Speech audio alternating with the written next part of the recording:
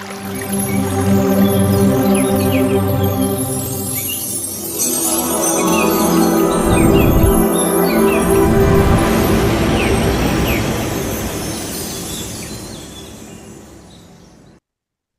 ನಮಸ್ಕಾರ, ನಮಸ್ತೆ. ಮಧ್ಯಾಹ್ನ ತರಗತಿಗೆ ಎಲ್ರಿಗೂ ಸ್ವಾಗತ. ದಿನ 9 ಸಮಗ್ರ ಸ್ವಾಸ್ಥ್ಯ ಆಧ್ಯಾತ್ಮಿಕ ಕಾರ್ಯಕ್ರಮಕ್ಕೆ ನಿಮಗೆಲ್ಲರಿಗೂ ಸ್ವಾಗತ ಮತ್ತೊಮ್ಮೆ. ಹಾಗೆ ಈ ಕಾರ್ಯಕ್ರಮವನ್ನು ಪ್ರಾರಂಭಿಸುವ ಮೊದಲು ನಮ್ಮೆಲ್ಲರ ಗುರುಗಳಾದ ಪತ್ರಿಜಿಯವರಿಗೆ, ಮಹಾವತಾರ್ ಬಾಜಿಗೆ, ಪ್ರಕೃತಿ ಮಾತೆಗೆ ಹಾಗೂ ಎಲ್ಲ ಆಧ್ಯಾತ್ಮಿಕ ಗುರುಗಳಿಗೂ ಕೂಡ ಪ್ರಣಾಮಗಳನ್ನು ತಿಳಿಸುತ್ತಾ ಈ ಕಾರ್ಯಕ್ರಮಗಳನ್ನು ಪ್ರಾರಂಭಿಸೋಣ. ಅದೇ ರೀತಿ ಮಾಸ್ಟರ್ಸ್, ಈ ಕಾರ್ಯಕ್ರಮಕ್ಕೆ ಮತ್ತೊಬ್ಬ ಗುರುಗಳಾದ ಮಹಾವತಾರ್ ಫೌಂಡೇಶನ್ ಗುರುಗಳಾದ ರಂಗನಾಥ್ ಅವರು ಕೂಡ ಆತ್ಮೀಯವಾದ ಪ್ರಣಾಮಗಳನ್ನು ತಿಳಿಸುತ್ತಾ ಈ ಕಾರ್ಯಕ್ರಮವನ್ನು ಪ್ರಾರಂಭಿಸೋಣ. ಆತ್ಮೀಯರೇ, ಮೊದಲಿಗೆ ನಮ್ಮ ಕಾರ್ಯಕ್ರಮದಲ್ಲಿ ಧ್ಯಾನ ಇರುತ್ತೆ, ಧ್ಯಾನದ ನಂತರ ಜ್ಞಾನ ಇರುತ್ತೆ, ಜ್ಞಾನದ ನಂತರ ಅನುಭವ ಹೇಳ್ಕೊಳ್ಳೋದಿರುತ್ತೆ. ಈ ಎಲ್ಲ ಕಾರ್ಯಕ್ರಮಗಳಿಗೆ ನಿಮ್ಮೆಲ್ಲರಿಗೂ ಮತ್ತೊಮ್ಮೆ ಸ್ವಾಗತವನ್ನು ಕೋರ್ತಾ ಇದ್ದೇನೆ.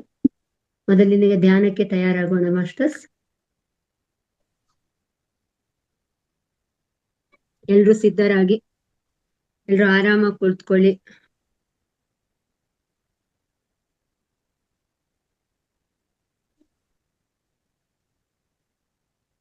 ಕತ್ತು ನೇರವಾಗಿರ್ಲಿ, ಬೆನ್ನು ನೇರವಾಗಿರ್ಲಿ, ಮಂದವಾದ ಬೆಳಕಿರಲಿ. ಮೊದಲು ಕನ್ನಡಕ ಇದ್ರೆ ಎಲ್ರು ತೆಗೆದಿಟ್ಕೊಳ್ಳಿ. ಪಿರಮಿಡ್ ಕ್ಯಾಪ್ ಇದ್ರೆ ಹಾಕೊಳ್ಳಿ. ಒಂದ್ ಸ್ವಲ್ಪ ನೀರು ಕುಡ್ಕೊಳ್ಳಿ ಧ್ಯಾನ ಮಾಡೋಕ್ಕಿಂತ ಮೊದ್ಲು. ನಂತರ ಒಂದ್ ಲೋಟ ನೀರು ಪಕ್ಕದಲ್ಲಿ ಇಟ್ಕೊಳ್ಳಿ, ಧ್ಯಾನದ ನಂತರ ಕುಡಿಲಿಕ್ಕೆ. ಮಂದವಾದ ಬೆಳಕಿರ್ಲಿ, ಸ್ವಲ್ಪ ಕತ್ಲೆ ಮಾಡ್ಕೊಳ್ಳಿ ಎಲ್ರು.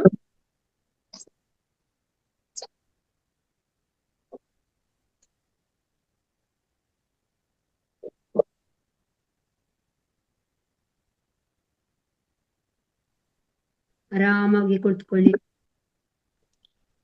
ಆರಾಮವಾಗಿ ಉಸಿರಾಟ ಮಾಡಿ. ಯಾವುದೇ ಗಡಿಬಿಡಿ ಬೇಡ, ಒತ್ತಡ ಬೇಡ. ಉಸಿರಾಟ ನಿಧಾನವಾಗಿರಲಿ, ಆರಾಮವಾಗಿರಲಿ.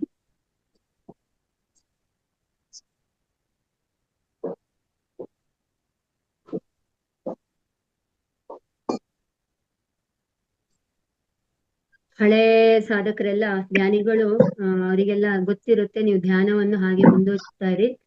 ಹೊಸ ಮಾಸ್ಟರ್ಸ್ ಇದ್ರೆ ಕೈಗಳನ್ನು ಹೀಗೆ ಇಟ್ಕೊಳ್ಳಿ, ಕಾಲುಗಳನ್ನು ಹೀಗೆ ಕ್ರಾಸ್ ಮಾಡ್ಕೊಳ್ಳಿ.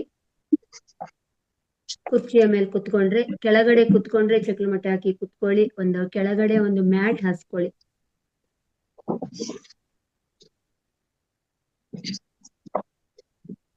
ಯಾವುದೇ ಕಾರಣಕ್ಕೂ ತಲೆಯನ್ನು ಗೋಡೆಗೆ ತಾಗಿಸ್ಕೋಬೇಡಿ. ಸ್ವಲ್ಪ ಬೆನ್ನು ನೇರವಾಗಿ ಇಟ್ಕೊಳ್ಳಿ.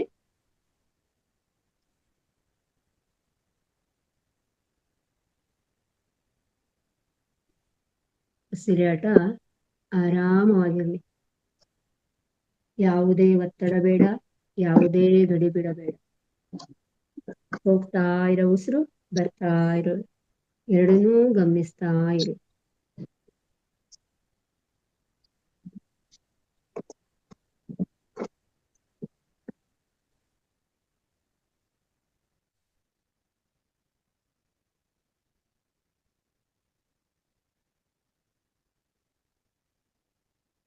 ಸಹಜವಾದ ಉಸಿರಾಟ ಇರ್ಲಿ.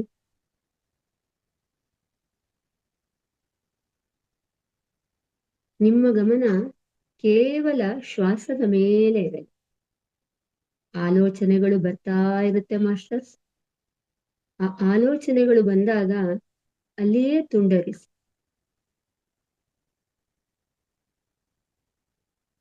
ಮತ್ತೆ ನಿಮ್ಮ ಗಮನವನ್ನು ಶ್ವಾಸದ ಕಡೆಗೆ ಹರಿಸಿ.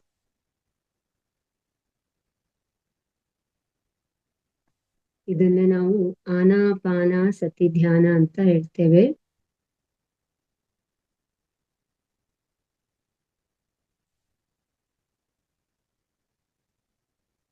ಆನ ಅಂದ್ರೆ ತೆಗೆದುಕೊಳ್ಳೋದು, ಪಾನ ಅಂದ್ರೆ ಹೋಗ್ತಾ ಇರೋದು. ನಮ್ಮ ಉಸಿರದ ಮೇಲೆ ನಾವು ಗಮನ ಹರಿಸೋದು ಸತಿ ಅಂತ ಹೇಳ್ತೇವೆ.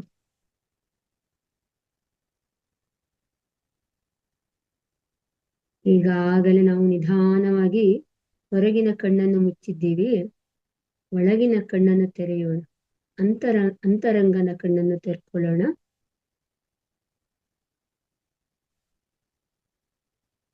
ಭೂತ ಭವಿಷ್ಯ ಎಲ್ಲವನ್ನು ಮರೆತು ಬಿಡೋಣ.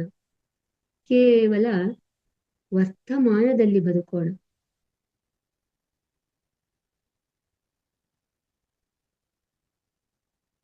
ಶ್ವಾಸವನ್ನು ಗಮನಿಸ್ತಾ ಗಮನಿಸ್ತಾ ಮನಸ್ಸು ಪ್ರಶಾಂತತೆಯನ್ನು ತಲುಪ್ತಾ ಬರುತ್ತೆ. ಅದೇ ಧ್ಯಾನ ಸ್ಥಿತಿ, ಅದೇ ಶೂನ್ಯ ಸ್ಥಿತಿ. Relax your mind, relax your body, relax relax. ನಮ್ಮೊಳಗೆ ನಾವು ಪ್ರಯಾಣ ಬೆಳೆಸೋಣ. ಬಾಹ್ಯ ಪ್ರಪಂಚವನ್ನು ಸಂಪೂರ್ಣವಾಗಿ ಮರೆತು ಬಿಡೋಣ.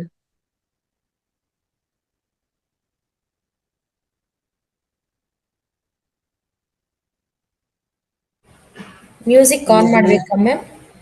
ಒಂದ್ ನಿಮಿಷ. ಈ ದೇಹ ಮನಸ್ಸು ಇದನ್ನೆಲ್ಲ ದಾಟಿ ಆತ್ಮದ ಜೊತೆಗೆ ಸಂಧಾನ ಮಾಡ್ಕೊಳ್ಳೋಣ. ಧ್ಯಾನದಿಂದ ಜ್ಞಾನ, ಜ್ಞಾನದಿಂದ ಮುಕ್ತಿ. ಯಾವುದೇ ಕಾರಣಕ್ಕೂ ನಾನು ಹೇಳುವ ತನಕ ಕಣ್ಣನ್ನು ತೆರೆಯಬೇಡಿ. ಕಣ್ಣು ಮುಚ್ಚಿಯೇ ಇರಲಿ. ಮುಖದ ತುಂಬಾ ಮಂದಹಾಸ ಇರಲಿ. Relax your mind, relax your body.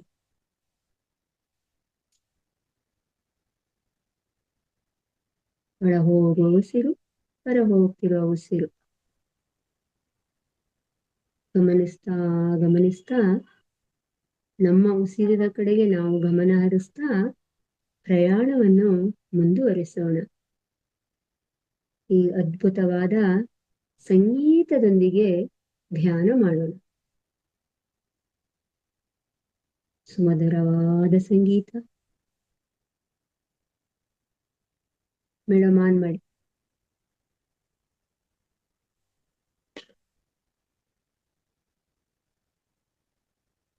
ನಿಮ್ಮ ಗಮನ ಉಸಿರಾಟದ ಕಡೆಗೆ ಇರುತ್ತೆ.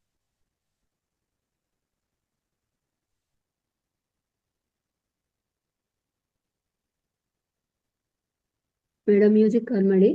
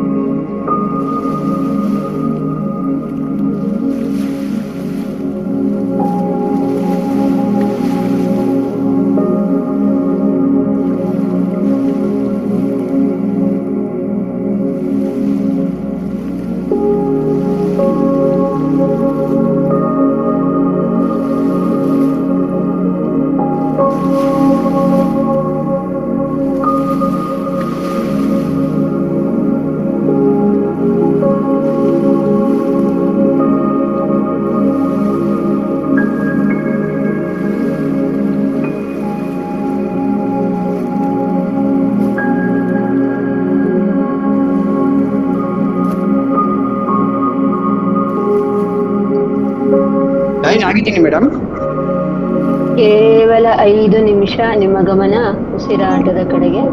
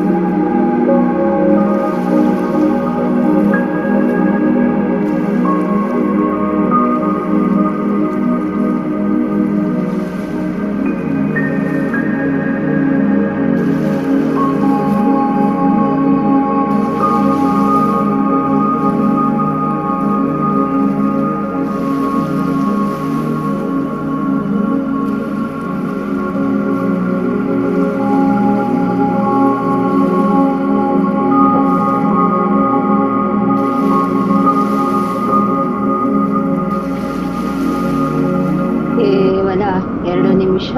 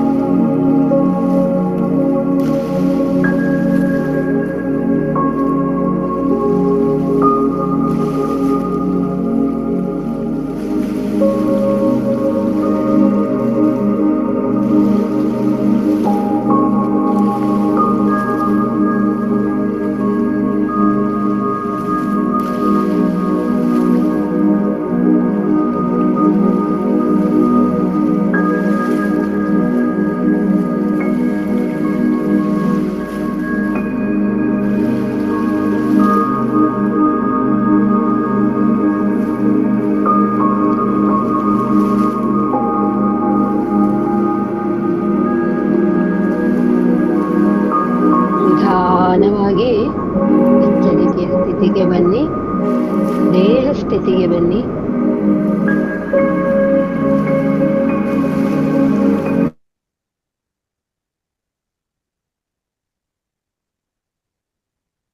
ಐದು, 4,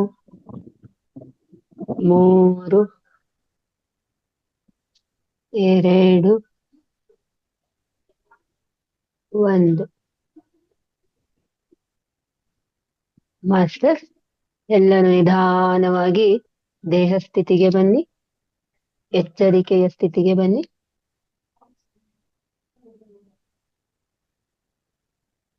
ಕಾಲನ್ನು ಬಿಡಿಸ್ಕೊಳ್ಳಿ.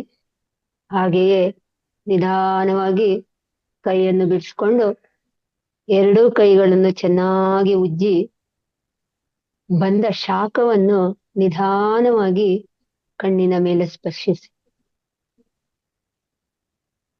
ಹಾಗೆಯೇ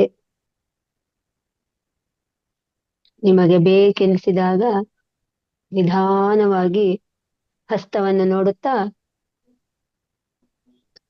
ಕಣ್ಣನ್ನು ತೆರೆಯಿರಿ.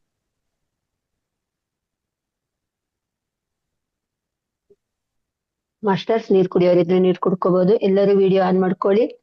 ಈ ಅದ್ಭುತವಾದ ಸಂಗೀತ ಧ್ಯಾನಕ್ಕೆ ಧನ್ಯವಾದಗಳು. Thank you, thank you, thank you. ಹಾಗೂ ಪ್ರಕೃತಿ ಮಾತೆಗೆ, ಪತ್ರಿಜಿಯವರಿಗೂ ಕೂಡ ಅನಂತ ಧನ್ಯವಾದಗಳು. ಹಾಗೂ ಈ ಜೂಮ್ ವೇದಿಕೆಯಲ್ಲಿ ಧ್ಯಾನವನ್ನು ಮಾಡಿದಂತ ನಿಮಗೆಲ್ಲರಿಗೂ ಕೂಡ ಅನಂತವಾದ ಧನ್ಯವಾದಗಳು. ಹಾಗೂ ಇಲ್ಲಿಯ ತನಕ ಸಹಕರಿಸಿದ ನಮ್ಮ ದೇಹ, ಮನಸ್ಸು ಮತ್ತು ಆತ್ಮಕ್ಕೂ ಕೂಡ ನಾವು ಧನ್ಯವಾದಗಳನ್ನು ತಿಳಿಸೋಣ. Thank you, thank you, thank you. Masters, ಎಲ್ಲರೂ ವಿಡಿಯೋ ಆನ್ ಮಾಡ್ಕೊಳ್ಳಿ. ಎಲ್ಲ ಎಚ್ಚರಿಕೆ ಸ್ಥಿತಿ ಬನ್ನಿ, ದೇಹ ಸ್ಥಿತಿಗೆ ಬನ್ನಿ. ಈಗ ಮಾಸ್ಟರ್ಸ್ ಆತ್ಮೀಯರೇ, ಈಗ ಮುಂದಿನ ಕಾರ್ಯಕ್ರಮ ಆಧ್ಯಾತ್ಮಿಕ ಜ್ಞಾನ. ಇವತ್ತಿನ ಆಧ್ಯಾತ್ಮಿಕ ಜ್ಞಾನವನ್ನು ಹೇಳಲಿಕ್ಕೆ ನಮ್ಮ ಜೊತೆಗೆ ನರೇಂದ್ರ ಸರ್ ಅವರಿದ್ದಾರೆ. ಅವರನ್ನು ನಮ್ಮ ವೇದಿಕೆಗೆ ಆಹ್ವಾನಿಸೋಣ. ಇವತ್ತು ಅವರು ನಮ್ಗೆ ಜ್ಞಾನ ಹಂಚಿದಂತ ವಿಷಯ ಮರಣಿಸುವುದಕ್ಕಿಂತ ಮುಂಚೆ ಮರಣಿಸಬೇಕು. ಎಂತ ಅದ್ಭುತವಾದ ಟಾಪಿಕ್ ಇವತ್ತಿಂದು. ಈ ಜ್ಞಾನವನ್ನು ಹೇಳಲಿಕ್ಕೆ ನಮ್ಮ ಜೊತೆಗೆ ನರೇಂದ್ರ ಸರ್ ಇದ್ದಾರೆ. ಅವರನ್ನು ವೇದಿಕೆಗೆ ಆಹ್ವಾನಿಸೋಣ. Welcome sir. ಸ್ವಾಗತ ಮತ್ತೊಮ್ಮೆ. Thank you. Okay, thank you sir. Thank you. ಕಾರ್ಯಕ್ರಮವನ್ನು ಪ್ರಾರಂಭಿಸುವುದಕ್ಕೆ ಮುಂಚೆ ಸದ್ಗುರುಗಳಾದಂತಹ ಪಿತಾಮಹ ಪತ್ರಿಯವರಿಗೆ ಹಾಗೆ ನನಗೆ ಜ್ಞಾನವನ್ನು ನಿತ್ಯವೂ ಝೂಮ್ ನಲ್ಲಿ ಜ್ಞಾನ ಮತ್ತು 1-2ನೇ ತಾರೀಕು ಭೀಮಾವರಂನಲ್ಲಿ ಸುಮಾರು 20 ವರ್ಷಗಳಿಂದ ಸತತವಾಗಿ ಉಚಿತವಾಗಿ ಆತ್ಮಜ್ಞಾನವನ್ನು ನಡೆಸ್ಕೊಂಡು ಬರ್ತಾ ಇರತಕ್ಕಂಥ ಚಟವರ್ತಿ ರಾಘವ ಸಾರ್ ಮತ್ತು ರಾಜಲಕ್ಷ್ಮಿ ಅಮ್ಮನವರ ಪಾದ ಪದ್ಮಗಳಿಗೆ ಶರಣಾರ್ಥಿಗಳನ್ನು ತಿಳಿಸುತ್ತಾ, ಈ ಝೂಮ್ ನಲ್ಲಿ ಯಾರ್ಯಾರು ಈ ಕಾರ್ಯಕ್ರಮವನ್ನು ವೀಕ್ಷಣೆ ಮಾಡ್ತಾ ಇದ್ದೀರಾ ಎಲ್ಲ ಶರಣೆಯರಿಗೂ ಕೂಡ ನನ್ನ ಆತ್ಮೀಯ ಭಕ್ತಿಪೂರ್ವಕ ಶರಣಾರ್ಥಿಗಳು. ಇದನ್ನ ಟಾಪಿಕ್ ನಾನು ಮುಂಚೆನೆ ಹೇಳಿದ್ದೀನಿ, ಒಂದ್ಸಾರಿ ಹೇಳಿದ್ದೀನಿ ನಮ್ಮ ಇದು ಒಂದ್ಸಾರಿ ಹೇಳಿದ್ದೀನಿ. ಇಲ್ಲ, ಹಿಂದೆ ಇರ್ಬೋದು, ತುಂಬಾ ದಿನ ಆಯ್ತು ಅನ್ಸುತ್ತೆ. ಓಕೆ, ನಂಗೆ ಅದು ಎಲ್ಲಿ ನಿಲ್ಸಿದ್ರಿ ಅಂತ ಗೊತ್ತಿಲ್ಲ. ಸ್ವಲ್ಪ ಮೊದಲಿಂದ ನಾನು ಟಾಪಿಕ್ ತಗೊಂತೀನಿ. ಏನ್ ಕೇಳಿದ್ರೆ ಬಹಳ ಒಳ್ಳೇದೆ. ಎಷ್ಟು ಕೇಳಿದ್ರು ಹೌದು, ಎಷ್ಟು ಕೇಳಿದ್ರು ನಮ್ಗೆ ನೆನಪಿರೋದಿಲ್ಲ. ಕೇಳಿದ್ದೇ ಕೇಳ್ಬೇಕು. ಓದಿದ್ದು ಪತ್ರಿಜಿಯವರು ಒಂದ್ ಪುಸ್ತಕ 100 ಸತಿ ಓದ್ರಿ ಅಂತ ಹೇಳ್ತಾರೆ. 100 ಸತಿ ಓದಿದ್ರು ಕೂಡ ಒಂದೇ ಪಾಯಿಂಟ್ ನಮಗ್ ಜ್ಞಾಪಕ ಇರೋದು ಅಂತ. ಯಾಕಂದ್ರೆ ನಮ್ ಜ್ಞಾನ ಇನ್ನೂ ಆ ಲೆವೆಲ್ ಅಲ್ಲಿ ಇದೆ. ಹಂಗಾಗಿ ಸ್ಟಾರ್ಟ್ ಮಾಡೋಣ. ಇಲ್ಲಿ ತುಂಬಾ ಜನ ಹೊಸೊಬ್ರು ಇರ್ತಾರಲ್ಲ ಸರ್, ಅಂದ್ರೆ ಅವರಿಗೆ ಹೇಳ್ದಂಗಾಯ್ತು. ನೀವು ಫಸ್ಟ್ ನಾನು ಹೇಳಿ. ಓಕೆ. ಮರಣಿಸುವುದಕ್ಕಿಂತ ಮುಂಚೆಯೇ ಮರಣಿಸಬೇಕು. ಈ ಟಾಪಿಕ್ ನ ಪತ್ರಿಜಿಯವರು ಸುಮಾರು ನಮ್ಮ ಪಿರಮಿಡ್ ವ್ಯಾಲಿನಲ್ಲಿ ಲಾಕ್ಡೌನ್ ಸಮಯದಲ್ಲಿ ಸಾಕಷ್ಟು 100 ಎಪಿಸೋಡು ಆಧ್ಯಾತ್ಮ ಜ್ಞಾನವನ್ನು ನೀಡಿದ್ರು ಪತ್ರಿಜಿಯವರು. ಅಲ್ಲೇ ಇದ್ಕೊಂಡೇನೇನೆ ಕೊರೋನಾ ಸಮಯದಲ್ಲಿ ಇದರಲ್ಲಿ ಏನು ಪಿರಮಿಡ್ ವ್ಯಾಲಿನಲ್ಲಿ. ಅಲ್ಲೇನೋ ಒಂದು 10% 20% ಅವರ ಲಕ್ಷ್ಮಣ ರಾಮ ಬಗ್ಗೆ ಸ್ವಲ್ಪ ಇವರು ಲಕ್ಷ್ಮಣ ಅವರು ತೆಲುಗಿನಿಂದ ಬರ್ತಾ ಇತ್ತು ಸಿನಿಮಾ ಆಕ್ಟರು. ಅವ್ರ ಬಗ್ಗೆ 2-3 ಎಪಿಸೋಡ್ ಹೇಳಿದ್ದಾರೆ ಅಷ್ಟೇ. ಇನ್ನೆಲ್ಲವೂ ಕೂಡ ಆತ್ಮಜ್ಞಾನದ ಬಗ್ಗೆನೆ ಹೇಳಿದ್ದಾರೆ. ಲಾಕ್ಡೌನ್ ಸಮಯದಲ್ಲಿ ಯಾರ್ಯಾರು ಎಷ್ಟೆಷ್ಟು ಕೇಳಿದಿರೋ ಗೊತ್ತಿಲ್ಲ, ನಾನು ಏನು ಕೇಳಿಲ್ಲ. ಕೇಳಿ ನಮ್ ಚಟವರ್ತಿಯವ್ರ ಸಾವಿರ ಅದನ್ನ ಕೇಳಿರೋದನ್ನ ಪ್ರತಿಯೊಂದು ಬರ್ಕೊಂಡು 100 ಎಪಿಸೋಡ್ನು ಕೂಡ ಬರ್ಕೊಂಡು ಅದನ್ನ ಅವರು ವಿಶ್ಲೇಷಣೆ ಮಾಡಿ ಅದು ಪ್ರತಿಯೊಂದನ್ನು ಪುಸ್ತಕ ರೂಪದಲ್ಲಿ ತಂದಿದ್ದಾರೆ. ಅವ್ರ ಪತ್ರಿಜಿಯವರು ಹೇಳಿರ್ತಕ್ಕಂಥದ್ದನ್ನ ಇಲ್ಲಿ ನಮ್ಗೆ ತಟವರ್ತಿಯವ್ರ ಸಾರ್ ಯಾರು ಅಂತಂದ್ರೆ ಪತ್ರಿಜಿನ ಹೇಳಿದ್ದಾರೆ. ಪತ್ರಿಜಿ ಆದ ನಂತರ ನೆಕ್ಸ್ಟ್ ತಟವರ್ತಿಯವರೇ ಆತ್ಮಜ್ಞಾನವನ್ನು ಹಂಚ್ತಾ ಇರೋದು ಅವರೇ. ನಮ್ಗೆ ಬೇರೆಯವ್ರ ಕತೆ ಬೇಕಿಲ್ಲ. ಬರೀ ಆತ್ಮಜ್ಞಾನದ ಬಗ್ಗೆ ಫೋಕಸ್ ಕೊಟ್ಟು ಪತ್ರಿಜಿಯವರು ಹೇಳ್ಬಿಟ್ಟಿದ್ದಾರೆ. ನಾನಾದ್ಮೇಲೆ ಆತ್ಮಜ್ಞಾನ ಅಂತಕ್ಕಂಥ ಏಕೈಕ ಪಿರಮಿಡ್ ಮಾಸ್ಟರ್ ತಟವರ್ತಿ ವೀರರಾಘವ ಸಾರ್ ಅಂತಾನೆ. ಹಾಗಾಗಿ ಅವರು ಬರೆದಿರುವ ಮರಣಿಸುವ ಮುಂಚೆಯೇ ಮರಣಿಸಬೇಕು, ಅಂದ್ರೆ ಸಾಯುವುದಕ್ಕಿಂತ ಮುಂಚೆ ಸಾಯಬೇಕು ಅನ್ನೋ ಒಂದು ಪುಸ್ತಕ ಬರೆದಿದ್ದಾರೆ. ಎಲ್ಲರೂ ಕೊಂಡ್ಕೊಳ್ಳಿ, ಇದು ಎಲ್ಲಾ ಕಡೆನೂ ಸಿಗುತ್ತೆ. ಪಿರಮಿಡ್ ವ್ಯಾಲಿಗೆ ಹೋದ್ರೆ ಬಹಳ ಚೆನ್ನಾಗಿದೆ ಪುಸ್ತಕ ಇದು. ಅದರಲ್ಲಿ ಅದನ್ನ ನಾನು ಸ್ವಲ್ಪ ವಿಶ್ಲೇಷಣೆ ಮಾಡಿ ಹೇಳ್ತೀನಿ. ಪತ್ರಿಜಿಯವರು ಮರಣಿಸುವುದಕ್ಕೆ ಮುಂಚೆಯೇ ಮರಣಿಸಬೇಕು. ಇಲ್ಲಿ ಮರಣಿಸುವುದಕ್ಕೆ ಮುಂಚೆಯೇ ಮರಣಿಸಬೇಕು. ಮತ್ತೆ ಇಲ್ಲಿ ಏನಾಗಿದೆ ಅಂದ್ರೆ ನಮ್ಗೆ ಎಲ್ಲಾ ಪಂಡಿತರು ಎಲ್ಲೇವರೆಗೂ ಹೇಳ್ತಾರೆ ಅಂದ್ರೆ ಮರಣದವರೆಗೂ ಹೇಳ್ತಾರೆ ಅಷ್ಟೇನೆ. ಏನು ನಿಮ್ ಜೀವನ ಆಗಿರುತ್ತೆ, ಆಗ್ ಮಾಡಿದ್ರೆ ಒಳ್ಳೇದಾಗುತ್ತೆ, ಈಗ ಮಾಡಿದ್ರೆ ಒಳ್ಳೇದಾಗುತ್ತೆ ಹಂಗೇನೆ ಹೇಳ್ತಾರೆ. ಮರಣಿಸಿದ ಮೇಲೆ ಯಾರು ಹೇಳೋದಿಲ್ಲ ಪಂಡಿತರು. ಅದು ಯಾರಿಗೂ ಗೊತ್ತಿಲ್ಲ. ಅದು ಗೊತ್ತಾಗ್ಬೇಕಾದ್ರೆ ಯೋಗೀಶ್ವರರಿಗೆ ಮಾತ್ರ ಗೊತ್ತಾಗುತ್ತೆ. ಅದು ಯೋಗೀಶ್ವರರು ಅಂದ್ರೆ ಪತ್ರಿಜಿಯವರು, ಯೋಗಾನಂದ ಪರಮಹಂಸರು, ಯುಕ್ತೇಶ್ವರರು, ಲಾಹರಿ ಮಹಾಶಯರು, ಮಹಾವತಾರ್ ಬಾಬಾಜಿ, ಇವ್ರಿಗೆ ಮಾತ್ರ ಗೊತ್ತು.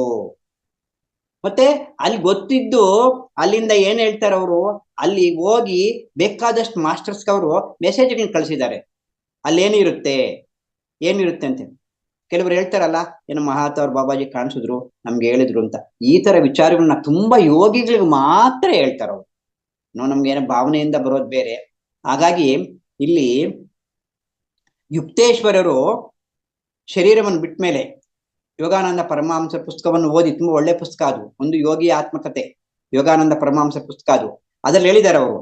ಅಲ್ಲಿ ಅವ್ರು ಹೋಗಿ ಶರೀರ ಬಿಟ್ಟು ಹೋದ್ಮೇಲೆ ಯೋಗಾನಂದ ಪರಮಹಂಸರು ನೋವು ತಿಂತಾ ಇರ್ತಾರೆ. ಅಯ್ಯೋ ಗುರುಗಳೇ, ಇವಾಗ ತಾನೇ ನಾನು ಮಣ್ಣು ಮಾಡಿ ಬಂದೆ, ಇವಾಗ ಹೋದ್ರಲ್ಲ ನಾವು ಅಲ್ಲಿ ಹೆಂಗೆ ಅಂತ ಏನೋ ಬಹಳ ಸಂಕಟ ಪಡ್ತಾ ಇರ್ತಾರೆ. ಆಗ ಅವರು ಶರೀರರಾಗಿ ಬಂದಿರ್ತಾರೆ. ಯೋಗಾನಂದ ಪರಮಹಂಸರ ಮುಂದೆ ಅದೇ ಶರೀರ ತಗೊಂಡು ಬಂದಿರ್ತಾರೆ ಅವರು. ಅದೇ ಶರೀರ ತಗೊಂಡು ಬಂದು ಅಲ್ಲೇನೇನ್ ನಡೆಯುತ್ತೆ, ಅಲ್ಲೇನೇನಿದೆ, ಸೂಕ್ಷ್ಮ ಲೋಕದಲ್ಲಿ ಏನಿದೆ, ಕಾರಣ ಲೋಕದಲ್ಲಿ ಏನಿದೆ, ನನ್ನ ಕೆಲಸ ಏನು ಅಲ್ಲಿ, ಬಹಳ ಸಂಕ್ಷಿಪ್ತವಾಗಿ ಹೇಳ್ತಾರೆ ಅವರಲ್ಲಿ. ಅಲ್ಲಿ ಯಾವ ರೀತಿ ಆಹಾರ ತಗೊಂತಾರೆ, ಅಲ್ಲಿ ಕಣ್ಣುಗಳಿಂದ ಮಾತನಾಡ್ತಾರೆ, ಬಾಯಿಂದ ಕೇಳ್ತಾರೆ, ಒಂದೊಂದು ಯಾವ್ಯಾವ ಇಂದ್ರಿಯಗಳಿಂದ ಏನೇನ್ ಕೆಲಸ ಬೇಕಾದ್ರೂ ಮಾಡಬಹುದು. ಆ ಶಕ್ತಿಯಲ್ಲಿ ಇರುತ್ತೆ. ಎಲ್ಲಿ? ಈ ಭೂಲೋಕ ಬಿಟ್ಟು ಮೇಲಿನ ಲೋಕಗಳಲ್ಲಿ, ಸೂಕ್ಷ್ಮ ಲೋಕದಲ್ಲಿ, ಕಾರಣ ಲೋಕದಲ್ಲಿ ಈ ತರ ಎಲ್ಲ ಇರುತ್ತೆ ಅಂತ ಅವ್ರು ಅನುಭವ ಪಡ್ಕೊಂಡು ಬಂದು ಹೇಳಿದ್ದಾರೆ. ಯೋಗಾನಂದ ಪರಮಹಂಸರು ಸಶರೀರರಾಗಿ ಬಂದು ಹೇಳಿರೋದನ್ನ ಇವರು ಬರ್ದಿದ್ದಾರೆ ಯೋಗಾನಂದ ಪರಮಹಂಸರು. ನೋಡಿ, ಯೋಗಾನಂದ ಪರಮಹಂಸರ ಪುಸ್ತಕದಲ್ಲಿ ಯುಕ್ತೇಶ್ವರರ ಪುನರುತ್ಥಾನ ಅಂತ ಒಂದಿದೆ. ಅಲ್ಲಿ ಒಂದು ಅಧ್ಯಾಯ ಯುಕ್ತೇಶ್ವರರ ಪುನರುತ್ಥಾನ ಅಂತ ಬಹಳ ಚೆನ್ನಾಗಿದೆ, ಓದಿ ಅದನ್ನ. ಯುಕ್ತೇಶ್ವರರ ಪುನರುತ್ಥಾನ ಅಂತ ಅಲ್ಲಿ ಹೇಳ್ತಾರಲ್ಲಿ, ಅಲ್ಲಿ ಶರೀರ ಇಲ್ಲ, ಬರೇ ಜ್ಯೋತಿ ಸ್ವರೂಪಗಳು ಆತ್ಮಗಳೆಲ್ಲೂ. ಅಲ್ಲಿ ಅವರು ಯಾವ ರೂಪ ಬೇಕಾದ್ರೂ ತಾಳ್ಬಹುದು.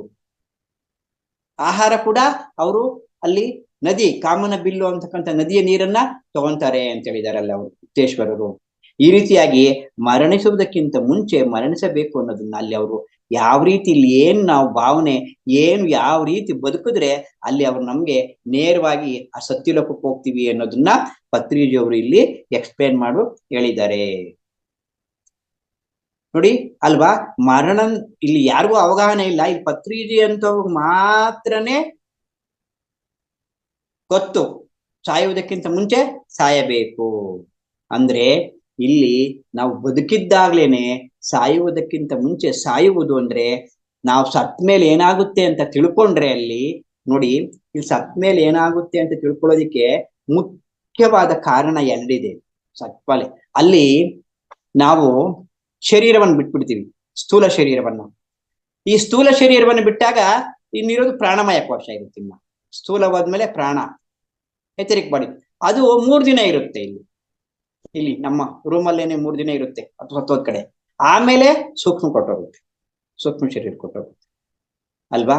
ಅಲ್ಲಿ ಸತ್ತೋದಂತಹ ವ್ಯಕ್ತಿ ಅಲ್ಲಿ ಹೋಗ್ತಾನೆ, ಸತ್ತೋಗಿ ನೋಡ್ತಾ ಇರ್ತಾನ ಅಲ್ಲಿ ಮೇಲ್ಗಡೆ. ಅದೆಲ್ಲ ಮೇಲ್ಗಡೆ ನೋಡ್ತಾ ಇದ್ದು ಅಲ್ಲಿ ಹೇಳ್ತಾನ ಅವನು, ಅಯ್ಯೋ ನಾನ್ ಸತ್ತೋಗಿಲ್ಲ, ಬದುಕಿದ್ದೀನಿ, ಯಾಕೆ ಅಳ್ತಾ ಇದ್ದೀರಾ, ಯಾಕೆ ಅಳ್ತಾ ಇದ್ದೀರಿ ನೋಡ್ತಾನೆ. ಅಲ್ಲಿ ಹೋಗ್ತಾನೆ ಸತ್ತೋಗಿರೋ ವ್ಯಕ್ತಿ ನೋಡ್ತಾನೆ. ಇಲ್ಲಿ ನೋಡಿದ್ರೆ ಶರೀರ ಇದೆ, ಅಲ್ಲಿ ನೋಡಿದ್ರೆ ಆತ್ಮ ಇದೆ. ಶರೀರ ಬಿಟ್ಟು ಮೇಲೆ ಹೋದಾಗ ಅಲ್ಲಿ ಅವರು ಎಲ್ಲ ಇಲ್ಲಿ ಕಾಣಿಸ್ತಾ ಇರುತ್ತೆ ಅವ್ರಿಗೆ. ಈ ಭೂಲೋಕದಲ್ಲಿ ಏನೇನಿದ್ದೀವಿ ನಾವು ಏನೇನು ಆದ್ರೆ ನಮ್ಗೆ ಅವ್ರು ಕಾಣಿಸಲ್ಲ. ನಮ್ಗೆ ಅದನ್ನ ಕಾಣಿಸ್ಬೇಕು ಅಂದ್ರೆ ದಿವ್ಯ ಚಕ್ಷು ಬೇಕು ನಮ್ಗೆ. 3ನೇ ಕಣ್ ಸಂಪಾದನೆ ಮಾಡ್ಕೋಬೇಕು. ಅದು 3ನೇ ಕಣ್ ಸಂಪಾದನೆ ಮಾಡ್ಕೊಂಡಂತ ಅವ್ರಿಗೆ ಮಾತ್ರ ಅದು ಕಾಣಿಸ್ತಾ ಇರುತ್ತೆ ಅಲ್ವಾ. ಅಲ್ಲಿ ಹೇಳ್ತಾ ಇರ್ತಾರ ಅವರು, ಅಯ್ಯೋ ಇದನ್ನ ಅಲ್ಲಿದ್ದೀನಿ, ನಾನು ಅದಾ ಇದಾ ಅಂತ ಕನ್ಫ್ಯೂಸ್ ಆಗುತ್ತೆ ಅವ್ರಿಗೆ. ಯಾಕೆ? ಸಾಯುವುದಕ್ಕಿಂತ ಮುಂಚೆ ಸಾಯೋದನ್ನ ಗೊತ್ತಿರಲ್ಲ ಅವ್ರಿಗೆ. ಅವ್ರು ನೋಡ್ತಾನೆ, ತಗೊಂಡೋಗ್ತಾರೆ ಶರೀರ, ಮತ್ತೆ ಶರೀರದೊಳಗೆ ಸೇರ್ಕೊಳಕ್ ಬರ್ತಾನೆ. ಆ ಆತ್ಮ ಇಲ್ಲ, ಶರೀರದೊಳಗೆ ಸೇರ್ಕೊಂತಾನೆ, ಮತ್ತೆ ವಾಪಸ್ ಹೋಗ್ತಾ ಇರ್ತಾನೆ. ಯಾಕೆ? ಅಲ್ಲಿ ಸಿಲ್ವರ್ ಕಾರ್ಡ್ ಕಟ್ಟಾಗಿರುತ್ತೆ. ಆತ್ಮಕ್ಕೆ ನಮ್ಮ ಶರೀರಕ್ಕೆ ಒಂದು ಸಿಲ್ವರ್ ಕಾರ್ಡ್ ಇರುತ್ತೆ. ಆ ಪರಮಾತ್ಮನಿಗೂ ಈ ಜೀವಾತ್ಮ ಅದು ಕಟ್ಟಾಗೋಗ್ಬಿಡುತ್ತೆ. ಆತ್ಮ ಬಿಟ್ಮೇಲೆ ಕಟ್ಟಾಗೋಗ್ಬಿಡುತ್ತೆ, ಅದು ಸೇರ್ಕೊಂಡ್ರು ಇರಲ್ಲ. ಮತ್ತೆ ಆ ಸತ್ತೋದಂತಹ ಅಲ್ಲಿ ಆತ್ಮ ಬಂದು ಹೇಳುತ್ತೆ, ಹೆಂಡತಿಗೆ ಹೇಳುತ್ತೆ, ಮಕ್ಳಿಗೆ ಹೇಳುತ್ತೆ, ಎಲ್ಲಾರ್ಗು ಹೇಳುತ್ತೆ, ಅಯ್ಯೋ ನಾನ್ ಸತ್ತೋಗಿಲ್ಲ, ನಾನ್ ಬದುಕೇ ಇದ್ದೀನಿ, ಯಾಕೆ ಅಳ್ತಾ ಇದ್ದೀರಾ, ಇಲ್ಲೇ ಇದ್ದೀನಿ ಅಂತ ಹೇಳ್ತಾ ಇರುತ್ತೆ. ಆದ್ರೆ ಇವ್ರಿಗೆ ಅರ್ಥ ಆಗಲ್ಲ, ಅದು ಗೊತ್ತಾಗಲ್ಲ. ಆಗ ನಾವು ಬದುಕಿರುವಾಗ ಏನ್ ಅನ್ಕೊಂತೀವಿ, ನಾವು ಶರೀರನೇ ನಾವು ಅನ್ಕೊಂಡಿರ್ತೀವಿ. ನಾವು ಬದುಕಿರೋವರೆಗೂ ಏನು ಶರೀರಕ್ಕೆ ಏನ್ ಬೇಕು ಅದನ್ನ ಮಾತ್ರನೇ ಕೊಡ್ತಾ ಇರ್ತೀವಿ. ಊಟ ತಿಂಡಿ ಶರೀರ ಕಾಪಾಡ್ಕೋಬೇಕಾದ್ರೆ, ಮನೋಲ್ಲಾಸ ಅಂದ್ರೆ ಒಂದು ಕಾರ್ ತಗೊಂಡೋದು, ಒಂದು ಸಿನಿಮಾ ನೋಡೋದು, ಒಂದು ಫಾರಿನ್ ಟೂರ್ ಹೋಗೋದು, ತೀರ್ಥಯಾತ್ರೆ ಹೋಗೋದು, ಮನೋರಂಜನಾ ಕಾರ್ಯಕ್ರಮಗಳು ನೋಡೋದು, ಮನಸ್ಸಿಗೆ ಇದನ್ ಬಗ್ಗೆನೇ ಯೋಚನೆ ಮಾಡ್ತಾ ಇರ್ತೀವಿ ನಾವು. ಮತ್ತೆ ಬುದ್ಧಿ ಏನ್ ಕಂಡುಹಿಡಿಬೇಕು, ನಾನು ಸಮಾಜದಲ್ಲಿ ಯಾವ ರೀತಿ ನನಗೆ ಒಳ್ಳೆಯ ಸ್ಥಾನಮಾನ ಬೇಕು, ಸೈಂಟಿಸ್ಟ್ ಆಗ್ಬೇಕು, ಕ್ರೀಡಾಪಟು ಆಗ್ಬೇಕು, ನಾನು ಬುದ್ಧಿ ಉಪಯೋಗಿಸಿ ಬುದ್ಧಿಯಿಂದ ಬೆಳವಣಿಗೆ ಮಾಡ್ಬೇಕು, ಏನೇನೋ ಕಂಡುಹಿಡಿಬೇಕು. ನಾನು ಬರೇ ಇದ್ರಲ್ಲೇ ಇರ್ತೀಯ ಹೊರ್ತು ನಾವು ಆತ್ಮದ ಬಗ್ಗೆ ಚಿಂತೆ ಮಾಡಿರಲ್ಲ. ಬದುಕಿರೋವರೆಗೂ ನಾವು ಆತ್ಮದ ಬಗ್ಗೆ ಚಿಂತೆ ಮಾಡಿರಲ್ಲ ಅಂದ್ರೆ ಬರೇ ಈ ಕೆಲಸಗಳನ್ನ, ಪ್ರಾಪಂಚಕ್ಕೆ ಸಂಬಂಧಪಟ್ಟಂತ ಕೆಲಸಗಳನ್ನ ಮಾತ್ರನೇ ಮಾಡ್ತಾ ಇರ್ತೀವಿ ಹೊರ್ತು ಧ್ಯಾನ ಮಾಡಿರುವುದಿಲ್ಲ ನಾವು. ಧ್ಯಾನ ಮಾಡ್ದಂಗಿರೋರ್ ಕತೆ ಇದೆಲ್ಲಾನು ಇದು. ಆಗ ಅವರು ಅಲ್ಲಿ ಹೋದಂತ ವ್ಯಕ್ತಿ, ಓ ಅದ ಇದ, ನಾನು ಅದ ಇದ ಮತ್ತೆ ಇದು ಸ್ವಲ್ಪ ತಗೊಂಡೋದ್ರು. ಇಲ್ಲಿ ಶರೀರ ಸತ್ತೋಗಿರ್ತಾರಲ್ವಾ, ಸತ್ತೋಗಿರೋ ಶರೀರ ತಗೊಂಡೋದ್ರು.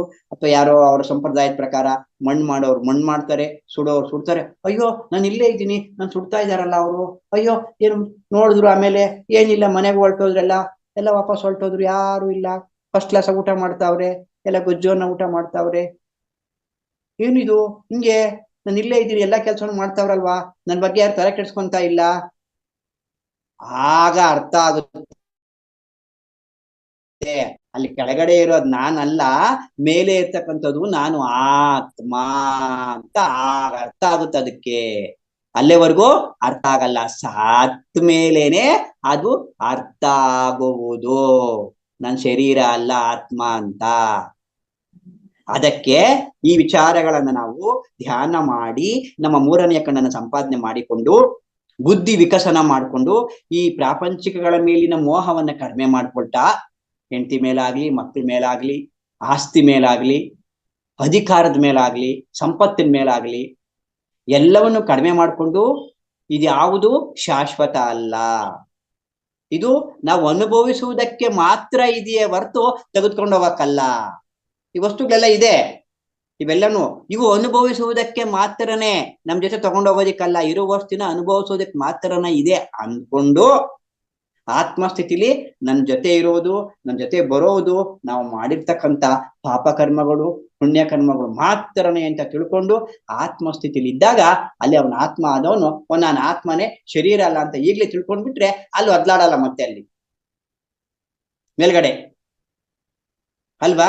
ಅಲ್ಲಿ ಮೇಲ್ಗಡೆ ಹೋಗ್ತಾರೆ, ಅಲ್ಲಿ ಅವನ್ನ ಸಹಾಯಕರು ಬರ್ತಾರೆ, ಅಲ್ಲಿ ಅವ್ನ್ ಕರ್ಕೊಂಡು ಹೋಗೋದಿಕ್ಕೆ. ಅವರು ಯಾರ್ಯಾರಿಗೆ ಎಂತೆಂಥ ಸಹಾಯಕರು ಬರ್ತಾರೆ ಅಂತಂದ್ರೆ, ನಮ್ಗೆ ಪಾಪ ಮಾಡಿರೋರ್ಗೆ ಯಮಲೋಕದಿಂದ ಸಹಾಯಕರು ಬರ್ತಾರೆ, ಯಮಲೋಕದಿಂದ. ಪುಣ್ಯ ಮಾಡಿರೋರ್ಗೆ ಇಂದ್ರನ ಸಹಾಯಕರು ಬರ್ತಾರೆ, ಮೇಲೆ ಲೋಕಗಳಿಂದ ನಮ್ಮನ್ನ ಕರ್ಕೊಂಡು ಹೋಗೋದಿಕ್ಕೆ. ಪುಣ್ಯ ಮಾಡಿರೋರ್ಗೆ, ಆತ್ಮ ಕರ್ಮಗಳನ್ನ ಮಾಡಿರೋರ್ಗೆ ಮಹಾವತಾರ ಬಾಬಾ ಯೋಗೀಶ್ವರರು ಬರ್ತಾರೆ ಕರ್ಕೊಂಡು ಹೋಗೋದಿಕ್ಕೆ.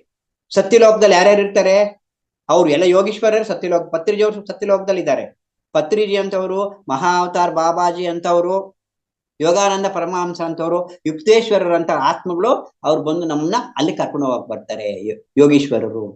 ಪತ್ರಿಜೀವನ್ ಕರ್ಕೊಂಡು ಹೋಗೋದು ಕೂಡ ಮಹಾವತಾರ್ ಬಾಬಾಜಿ ಬಂದಿದ್ರು ಅಂತ ಮಾಸ್ಟರ್ಸು ಹೇಳ್ತಾ ಇದ್ದಾರೆ. ಮಹಾವತಾರ್ ಬಾಬಾಜಿ ಬಂದವ್ರನ್ನ ಕರ್ಕೊಂಡು ಹೋದ್ರು ಅಂತ.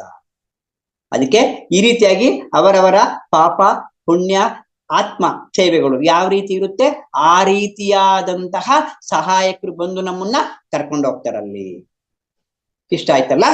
ಮತ್ತೆ ಅಲ್ಲಿ ಅವರು ಕರ್ಕೊಂಡು ಹೋಗೋದಕ್ಕೆ ಇಬ್ರು ಬರ್ತಾರೆ ಸಹಾಯಕರಲ್ಲ. ನಮ್ಗೆ ಇಬ್ರು ಸಹಾಯಕರು ಕರ್ಕೊಂಡು ಹೋಗಕ್ ಬಂದ್ರೆ ಅವ್ರು ಬರ್ತಾರೆ, ಬಾಪ್ಪ ನಿನ್ ಕೆಲ್ಸ ಮುಗೀತು, ಇನ್ನ ಭೂಲೋಕದ ಕೆಲ್ಸ ಹೇಳಿದ್ವಿ, ಅದೆಲ್ಲ ಮುಗಿದೋಗಿದೆ, ಇನ್ನ ಮೇಲೆ ಲೋಕಕ್ಕೆ ಹೋಗೋಣ ಬಾ ಅಂತ ಕರೀತಾರೆ.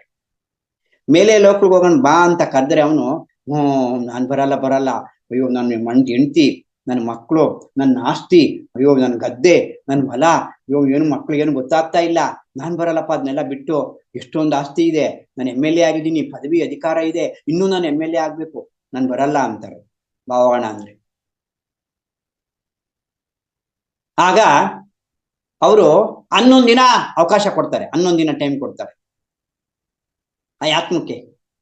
11 ದಿನ ಆ ಆತ್ಮಕ್ಕೆ ಅವಕಾಶ ಕೊಟ್ಟಾಗ 11 ದಿನ ನೋಡ್ತಾ ಇರುತ್ತೆ ಆತ್ಮ. ಅಲ್ಲ ಆಸ್ತಿಗೆ ಹೋಗುತ್ತೆ, ಅಲ್ಲ ಆಸ್ತಿ ಹತ್ರ ಹೋಗುತ್ತೆ, ಫ್ಯಾಕ್ಟ್ರಿ ಹತ್ರ ಹೋಗುತ್ತೆ, ಅವ್ರು ಏನೇನ್ ಸಂಪಾದನೆ ಮಾಡೋದು ಎಲ್ಲ ಓಡಾಡ್ಕೊಂಡ್ ಬರ್ತಾ ಇರುತ್ತೆ. ಅವ್ರು ಎಲ್ಲೆಲ್ಲಿ ಓಡಾಡಿರ್ತಾರೆ, ಮೊದ್ಲು ಇಲ್ಲಿ ಈ ಭೂಲೋಕದಲ್ಲಿ ಇದ್ದಾಗ ಎಲ್ಲೆಲ್ಲಿ ಓಡಾಡ್ತಾ ಇರ್ತಾರೋ ಎಲ್ಲ ಓಡಾಡ್ತಾ ಇರ್ತಾರೆ.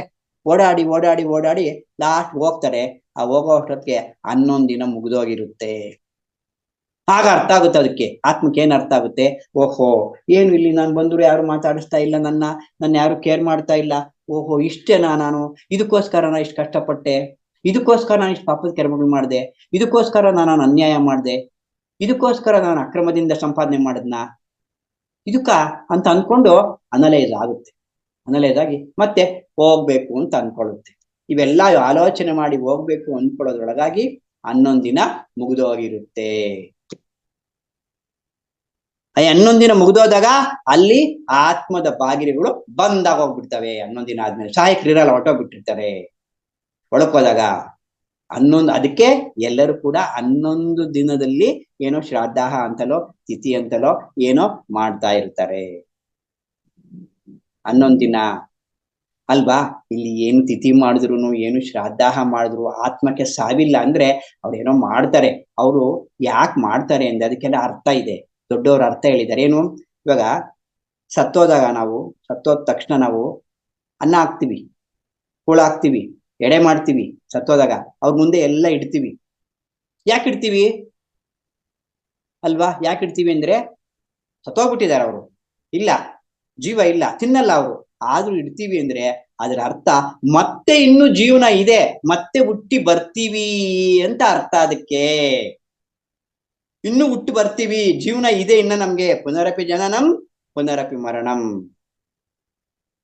ಹುಟ್ಟಿದವನು ಕೃಷ್ಣ ಹೇಳಿದಾನೆ ಭಗವದ್ಗೀತೆನಲ್ಲಿ, ಹುಟ್ಟಿದವನು ಸಾಯೋದ್ ತಪ್ಪಲ್ಲ, ಸತ್ತವನು ಹುಟ್ಟೋದ್ ತಪ್ಪಲ್ಲ. ಜಾತಸ್ಸಿ ಮರಣಂ ಧ್ರುವೋ ಧ್ರುವೋ ಮೃತಸ್ಯ ಜನ್ಮ. ಹುಟ್ಲೇಬೇಕು, ಬರ್ಲೇಬೇಕು, ಸಾಯ್ಲೇಬೇಕು, ಬರ್ಬೇಕು, ಪುನರಪಿ ಇದು ನಡೀತಾ ಇರುತ್ತೆ. ಈ ನಡೀತಾ ಇರುತ್ತೆ ಅನ್ನೋದು ನಮ್ಗೆ ಗೊತ್ತಿಲ್ಲ. ಅದಕ್ಕೆ ಎಡೆ ಹಾಕ್ತಿವಿ ಅಂದ್ರೆ ಮತ್ತೆ ಜೀವನ ಇದೆ ಇನ್ನ ಅವ್ರಿಗೆ, ಇನ್ನು ಬರ್ತಾರೆ, ಇನ್ನು ಅವ್ರು ಹುಟ್ಟಿ ಬರ್ತಾರೆ ಮತ್ತೆ ಅನ್ನೋ ದೃಷ್ಟಿ ಇಟ್ಕೊಂಡು ನಾವು ಅಲ್ಲಿ ಆಹಾರನ ಇಡ್ತೀವಿ. ಅಲ್ಲಿ ಅವ್ರಿಗೆ ಗೊತ್ತಿಲ್ದೇನೆ ಮಾಡ್ತಾ ಇದೀವಿ ನಾವು. ಅದರ ಅರ್ಥ ಅದು ಹಿಂದಿನ ಕಾಲದವ್ರು ಮಾಡಿರೋದು.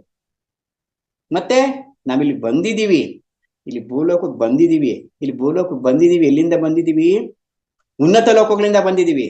ಉನ್ನತ ಲೋಕಗಳು ಅಂದ್ರೆ ಏನು? ಸತ್ಯಲೋಕದಿಂದ ಬಂದಿದೀವಿ. ಸತ್ಯಲೋಕ ಅಥವಾ ಸ್ವರ್ಗ ಅಥವಾ ಕೈಲಾಸ ಏನಾದ್ರೂ ಹೇಳ್ಬೋದು ನಾವು, ವೈಕುಂಠ ಏನಾದ್ರೂ ಹೇಳ್ಬೋದು. ಅಲ್ಲಿಂದ ಬಂದಿದೀವಿ.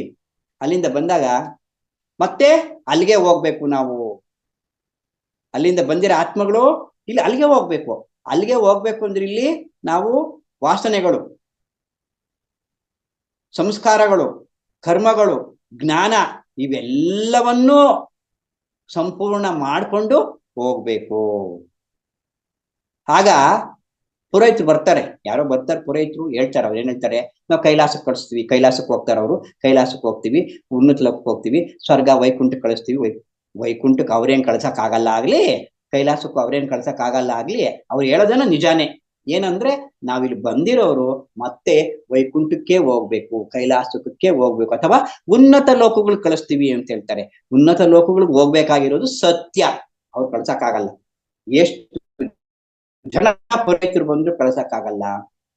ಅವ್ರವ್ರು ಏನೇನ್ ಪಾಪ ಮಾಡಿರ್ತಾರೆ, ಅವ್ರೇನೇನ್ ಪುಣ್ಯ ಮಾಡಿರ್ತಾರೆ, ಅವ್ರು ಯಾವ್ಯಾವ ಆತ್ಮ ಲೋಕಗಳಿಗೆ ಹೋಗ್ತಾ ಇರ್ತಾರೆ. ಅವರಲ್ಲಿ ಯಾವ ಬ್ರಾಹ್ಮಣರು ಕಳ್ಸಕ್ಕಾಗಲ್ಲ ನಮ್ಮನ್ನ. ಏನೋ ಅವ್ರಿಗೆ ಅಷ್ಟೋ ಇಷ್ಟೋ ಏನಾದ್ರು ಕೊಟ್ರೆ ಅಲ್ಲಿ ಅವ್ರು ಏನ್ ಮಾಡಿರ್ತಾರೋ ಅದನ್ನ ಪಡ್ಕೊಂಡು ಹೋಗ್ತಾರೆ. ಮತ್ತೆ ಸತ್ತಾಗ ಏನೇನ್ ಮಾಡ್ತಾರೆ ಇಲ್ಲಿ ಇವ್ರು? ಊಟ ಹಾಕೋದು ಏನೋ ಮಾಡ್ತಾರ. ಅದು ಏನೋ ಯಾರು ಮಾಡಿರ್ತಾರೋ ಆ ಪುಣ್ಯವನ್ನ ಇವ್ರು ಯಾರು ಮಾಡಿರ್ತಾರ ಆ ಕರ್ಮಗಳನ್ನ, ಆ ಪುಣ್ಯ ಇವ್ರಿಗೆ ಸಿಗುತ್ತೆ ಅಷ್ಟೇನೆ. ದಾನ ಮಾಡಿರೋ ಪುಣ್ಯ ಅಷ್ಟು ವಿನಃ ಅವ್ರನ್ನ ಇವರು ನಾವು ಅವ್ರಿಗೆ ಅವ್ರ ಆತ್ಮಕ್ಕೆ ಶಾಂತಿ ಸಿಗಲಿ ಅಂತ ನೋಡಿ 2 ಮಾಡ್ತೀವಿ ನಾವು. ಫಸ್ಟ್ ಯಾರಾದ್ರೂ ಸತ್ತೋದ್ರೆ ಏನ್ ಮಾಡ್ತೀವಿ? ಶಾಂತಿ ಸಿಗಲಿ ಅಂತ ಹೇಳ್ಬಿಟ್ಟು ಸಮಾರಂಭ ಮಾಡ್ತೀವಿ. ಸಮಾರಂಭ ಮಾಡಿ 15 ನಿಮಿಷ ಧ್ಯಾನ ಮಾಡೋಣ ಅವ್ರಿಗೆ. ಶಾಂತಿ ಸಮಾರಂಭ ಅವ್ರಿಗೆ ಆತ್ಮಕ್ಕೆ ಶಾಂತಿ ಕೋರ್ಲಿ ಅಂತ ಹೇಳಿ ಒಂದು 10 ನಿಮಿಷ ಎಲ್ಲರೂ ಸಮಾರಂಭ ಮಾಡಿ ಆತ್ಮಕ್ಕೆ ಶಾಂತಿ ಸಿಗ್ಲಿ ಅಂತ ಒಂದು 15 ನಿಮಿಷ ಧ್ಯಾನ ಮಾಡ್ತಾರೆ ಅಲ್ವಾ? ಮತ್ತೆ ಅಂದ್ರೆ ಅವ್ರ ಆತ್ಮಕ್ಕೆ ಶಾಂತಿ ಸಿಗ್ಲಿ ಅಂದ್ರೆ ಅಲ್ಲಿಗೆ ಇಲ್ಲಿವರೆಗೂ ಅವ್ರಿಗೆ ಶಾಂತಿ ಇರ್ಲಿಲ್ಲ ಅಂತ ತಾನೇ ಲೆಕ್ಕ. ಅಲ್ಲಿಗೆ ಇವರು ಆತ್ಮಕ್ಕೆ ಶಾಂತಿ ಸಿಗ್ಲಿ ಅಂತ ಇಲ್ಲೆಲ್ಲ ಕೋರ್ತಾ ಇದ್ದಾರೆ ಅಂದ್ರೆ ಅವ್ರು ಬದುಕಿರುವಾಗ್ಲೂ ಕೂಡ ಶಾಂತಿಯಿಂದ ಇರ್ಲಿಲ್ಲ ಅಂತ ಲೆಕ್ಕ. ಅದಕ್ಕೆ ಇವ್ರು ನಾವು ಆತ್ಮಕ್ಕೆ ಶಾಂತಿ ಕೋರ್ತೀವಿ ಅಂತಾರೆ. ಇವ್ರೇನ್ ಆತ್ಮಕ್ಕೆ ಶಾಂತಿ ಕೋರಿದ್ರು ಶಾಂತಿ ಆಗಲ್ಲ.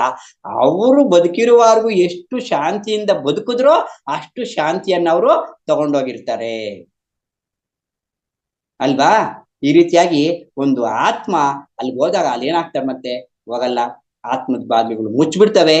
ಆತ್ಮದ ಬಾಗಿಲು ಮುಚ್ಚಿದಾಗ ಅದು ಆತ್ಮ ಅಲ್ಲೇ ಪ್ರೇತಾತ್ಮ ತಿರುಗ್ತಾ ಇರುತ್ತೆ. ಪ್ರೇತಾತ್ಮವಾಗಿ ಅಂತ ಎಷ್ಟೋ ಆತ್ಮಗಳು ಅಲ್ಲಿ ತಿರುಗ್ತಾ ಇರುತ್ತೆ ಅಲ್ವಾ?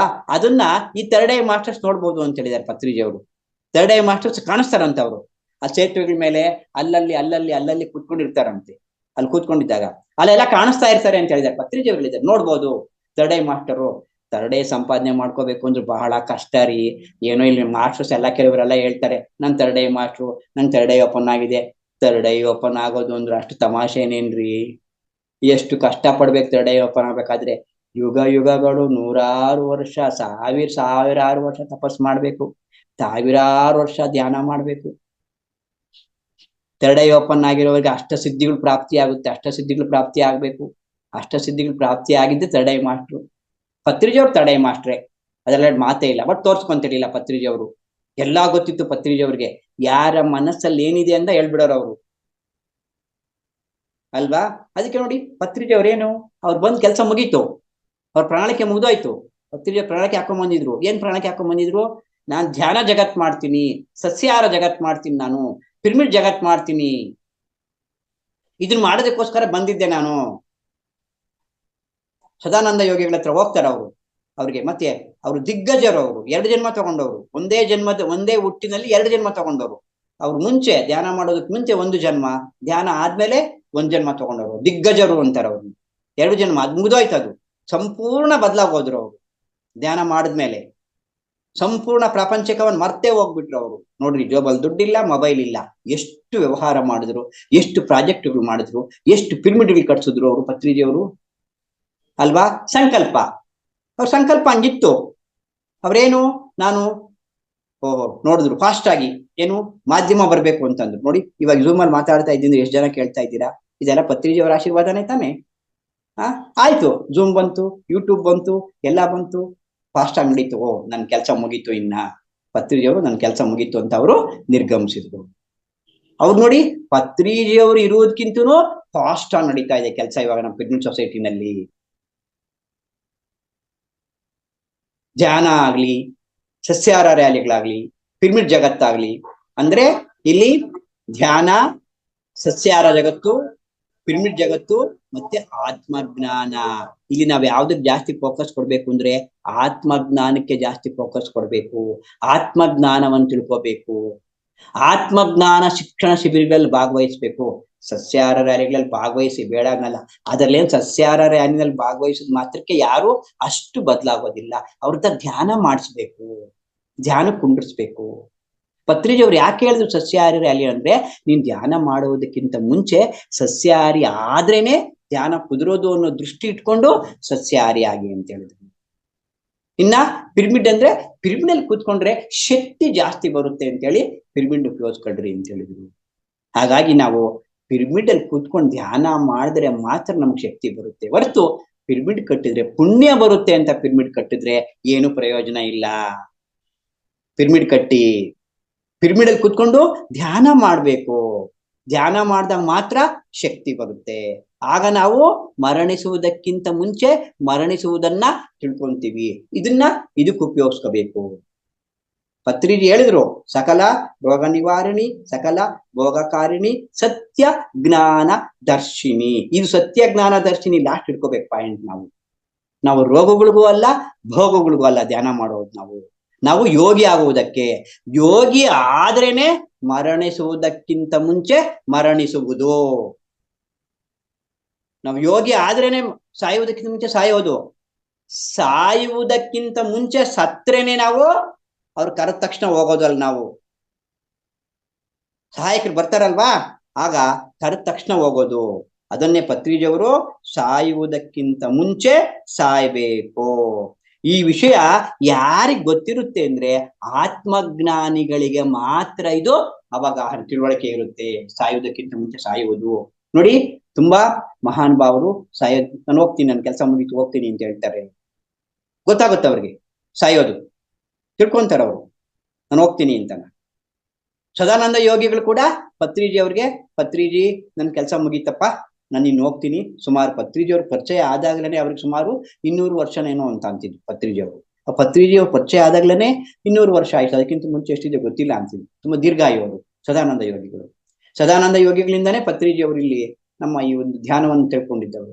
ಆಗ ಹೇಳಿದ್ರು ಪತ್ರಿಜಿ ಅವ್ರಿಗೆ, ಪತ್ರಿ ನಾನು ಹೋಗ್ತೀನಪ್ಪ, ನನ್ಗೊಂದು ಸರಿಯಾದ ಜಾಗವನ್ನ ಸಮಾಧಿಗೆ ಏರ್ಪಾಟ್ ಮಾಡು ಅಂತ ಹೇಳಿ ಪತ್ರಿಜಿ ಅವ್ರು ಮುಂದೆನೆ ಶರೀರ ಬಿಟ್ರಂತ. ಅವ್ರು ಸ್ವಚ್ಛಂದವಾಗಿ ಶರೀರ ಬಿಟ್ರಂತೆ. ಆತ್ಮಜ್ಞಾನಿಗಳು ಆ ರೀತಿಯಾಗಿ ಸೇರ ಬಿಡ್ತಾರೆ. ಅವ್ರಿಗೆ ಗೊತ್ತು ಅವರು ಸಾಯೋದಕ್ಕಿಂತ ಮುಂಚೆನೆ ಎಲ್ಲ ತಿಳ್ಕೊಂಡಿರ್ತಾರೆ ಏನಾಗುತ್ತೆ ಅಂತ.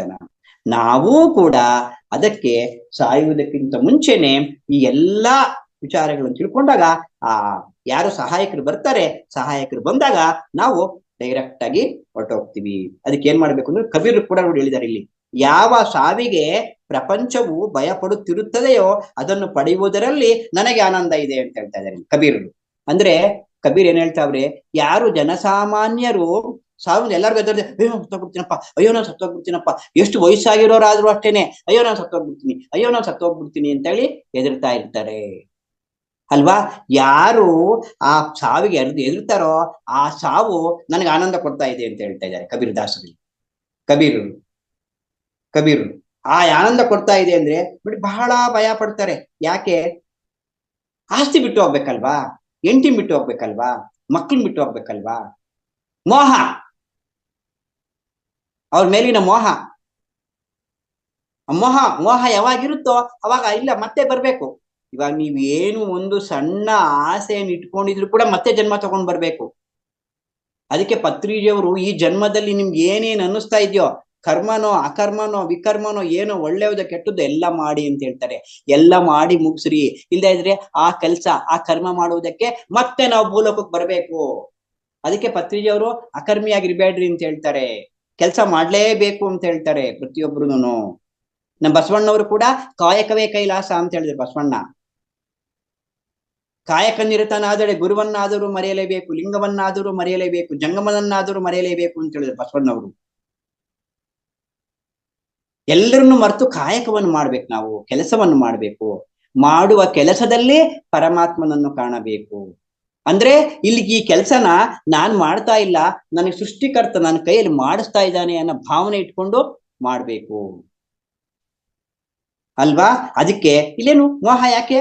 ಇನ್ಕಂಪ್ಲೀಟ್ ಆಗಿರುತ್ತೆ ಏನೋ, ಇಲ್ಲಿ ನಮ್ಗೆ ಏನೋ ಒಂದು ಆಸೆ ಇನ್ಕಂಪ್ಲೀಟ್ ಆಗಿರುತ್ತೆ, ಆ ಆಸೆನ ಕಂಪ್ಲೀಟ್ ಮಾಡ್ಕೊಳ್ಳೋದಕ್ಕೋಸ್ಕರ ಮತ್ತೆ ಜನ್ಮ ತಗೊಂಡ್ಬಾರ ಅಲ್ವಾ. ಅದಕ್ಕೆ ಆ ಇನ್ಕಂಪ್ಲೀಟ್ ಆಗೋ ಆಸೆನ ಕಂಪ್ಲೀಟ್ ಮಾಡ್ಬೇಕು.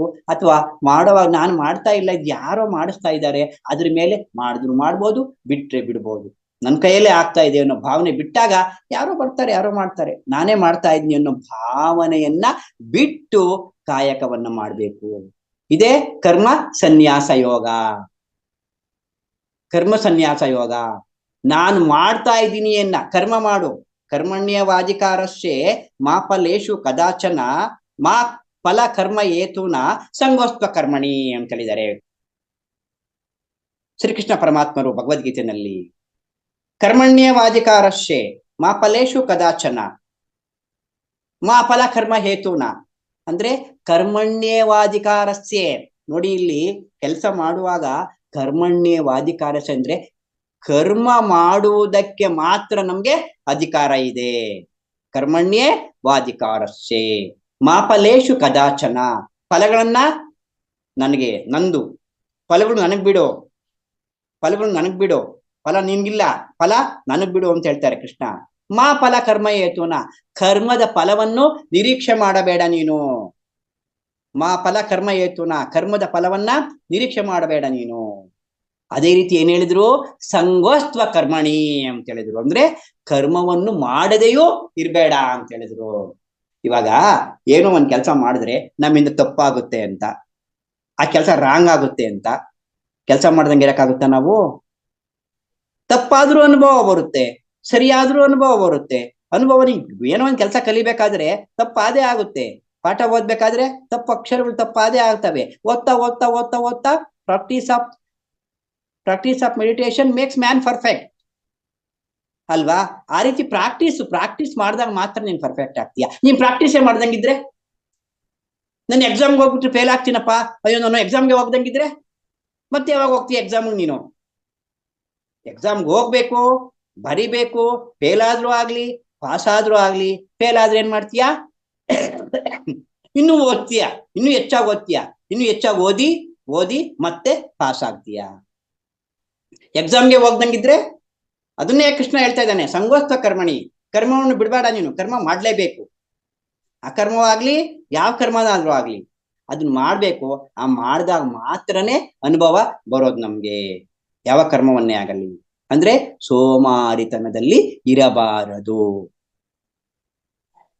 ಅದಕ್ಕೆ ನೋಡಿ, ನಮ್ಮ 12ನೇ ಶತಮಾನದ ಶರಣರು ಬೆಳಗ್ಗೆಯಿಂದ ಸಾಯಂಕಾಲದವರೆಗೂ ಪ್ರಾಪಂಚಿಕ ಕೆಲಸವನ್ನು ಮಾಡ್ತಾ ಇದ್ರು. ಅವ್ರವ್ರಿಗೆ ಏನೇನ್ ಕೆಲಸ ಇತ್ತು, ಅವರಿಗೆ ಮಾದಾರ ಚೆನ್ನಯ್ಯ ಚಪ್ಪಲಿ ಹೊಲಿಯ ಕೆಲಸ ಮಾಡಿದ್ರು, ಮಡಿವಾಳ ಮಾಚಯ್ಯ ಬಟ್ಟೆ ಒಗೆಯ ಕೆಲಸ ಮಾಡಿದ್ರು, ಅಡಪದ ಅಪ್ಪಣ್ಣ ಅವ್ರ ಅಡಪದ ಕೆಲಸ ಮಾಡಿದ್ರು, ಅಂಬಿಗರ ಚೌಡಯ್ಯ ದೋಣಿ ಓಡಿಸೋ ಕೆಲಸ ಮಾಡಿದ್ರು, ನೂಲಿಯ ಚಂದಯ್ಯ ನೂಲನ್ನು ಸುತ್ತೋದ್ ಮಾಡಿದ್ರು, ಆಯ್ದಕ್ಕಿ ರಕ್ಕಂಬ ಅವರು ಅಕ್ಕಿ ಆರ್ಸೋ ಕೆಲಸ ಮಾಡಿದ್ರು.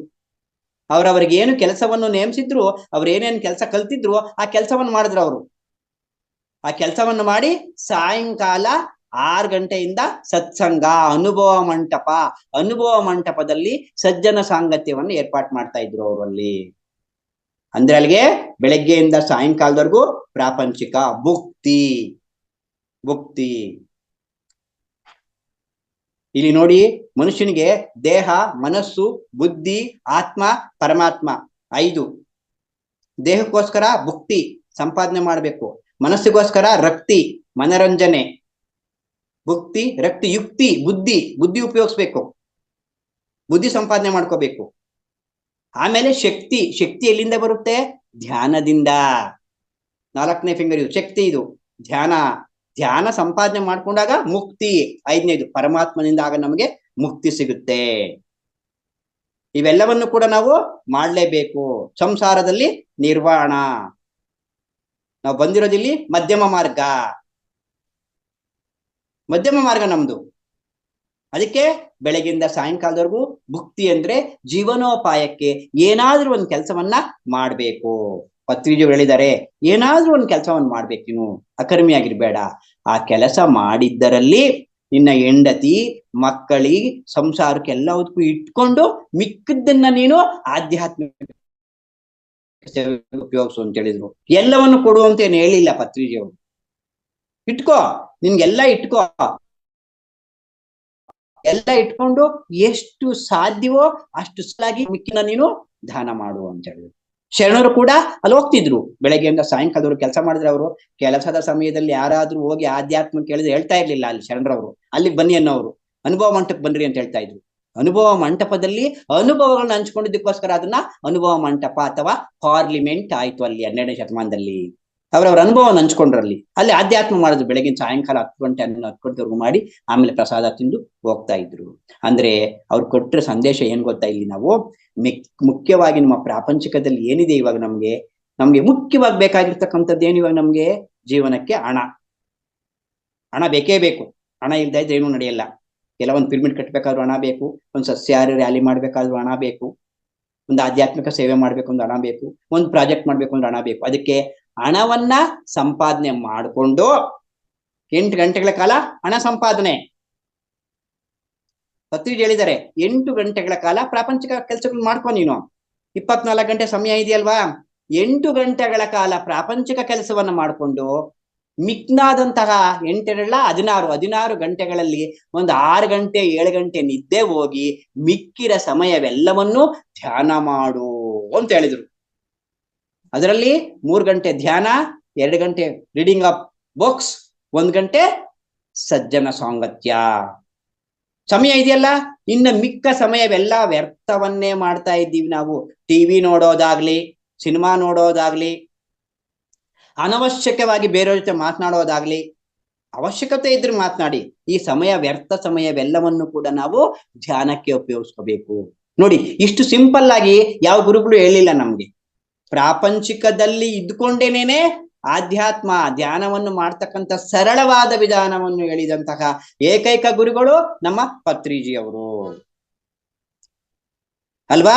ಇವೆಲ್ಲವನ್ನು ತಿಳ್ಕೊಂಡಾಗ ನಾವು ಸಾಯುವುದಕ್ಕಿಂತ ಮುಂಚೆ ಸಾಯೋದೊಂದು ಇದೆ, ಇವನ್ನೆಲ್ಲ ತಿಳ್ಕೊಂಡು ಹೋದಾಗ ಅಲ್ಲಿ ನಮ್ಗೆ ಡೈರೆಕ್ಟ್ ಆಗಲ್ಲಿ ನಾವು ಹೊಟ್ಟೋಗ್ಬಿಡ್ತಾ ಇರ್ತೀವಿ. ಅಂದ್ರೆ ಮೋಹ ಕಡಿಮೆ ಆಗುತ್ತೆ. ಮೋಹ ಕಡಿಮೆ ಆದ್ರೇನೆ ನಮ್ಗಲ್ಲಿ ಹೋಗೋದಲ್ಲಿ. ಮೋಹ ಕಡಿಮೆ ಆಗೋದು ಅಂತಂದ್ರೆ ಇಲ್ಲಿ ಪದಾರ್ಥಗಳನ್ನು ಬಿಡುವುದಲ್ಲ.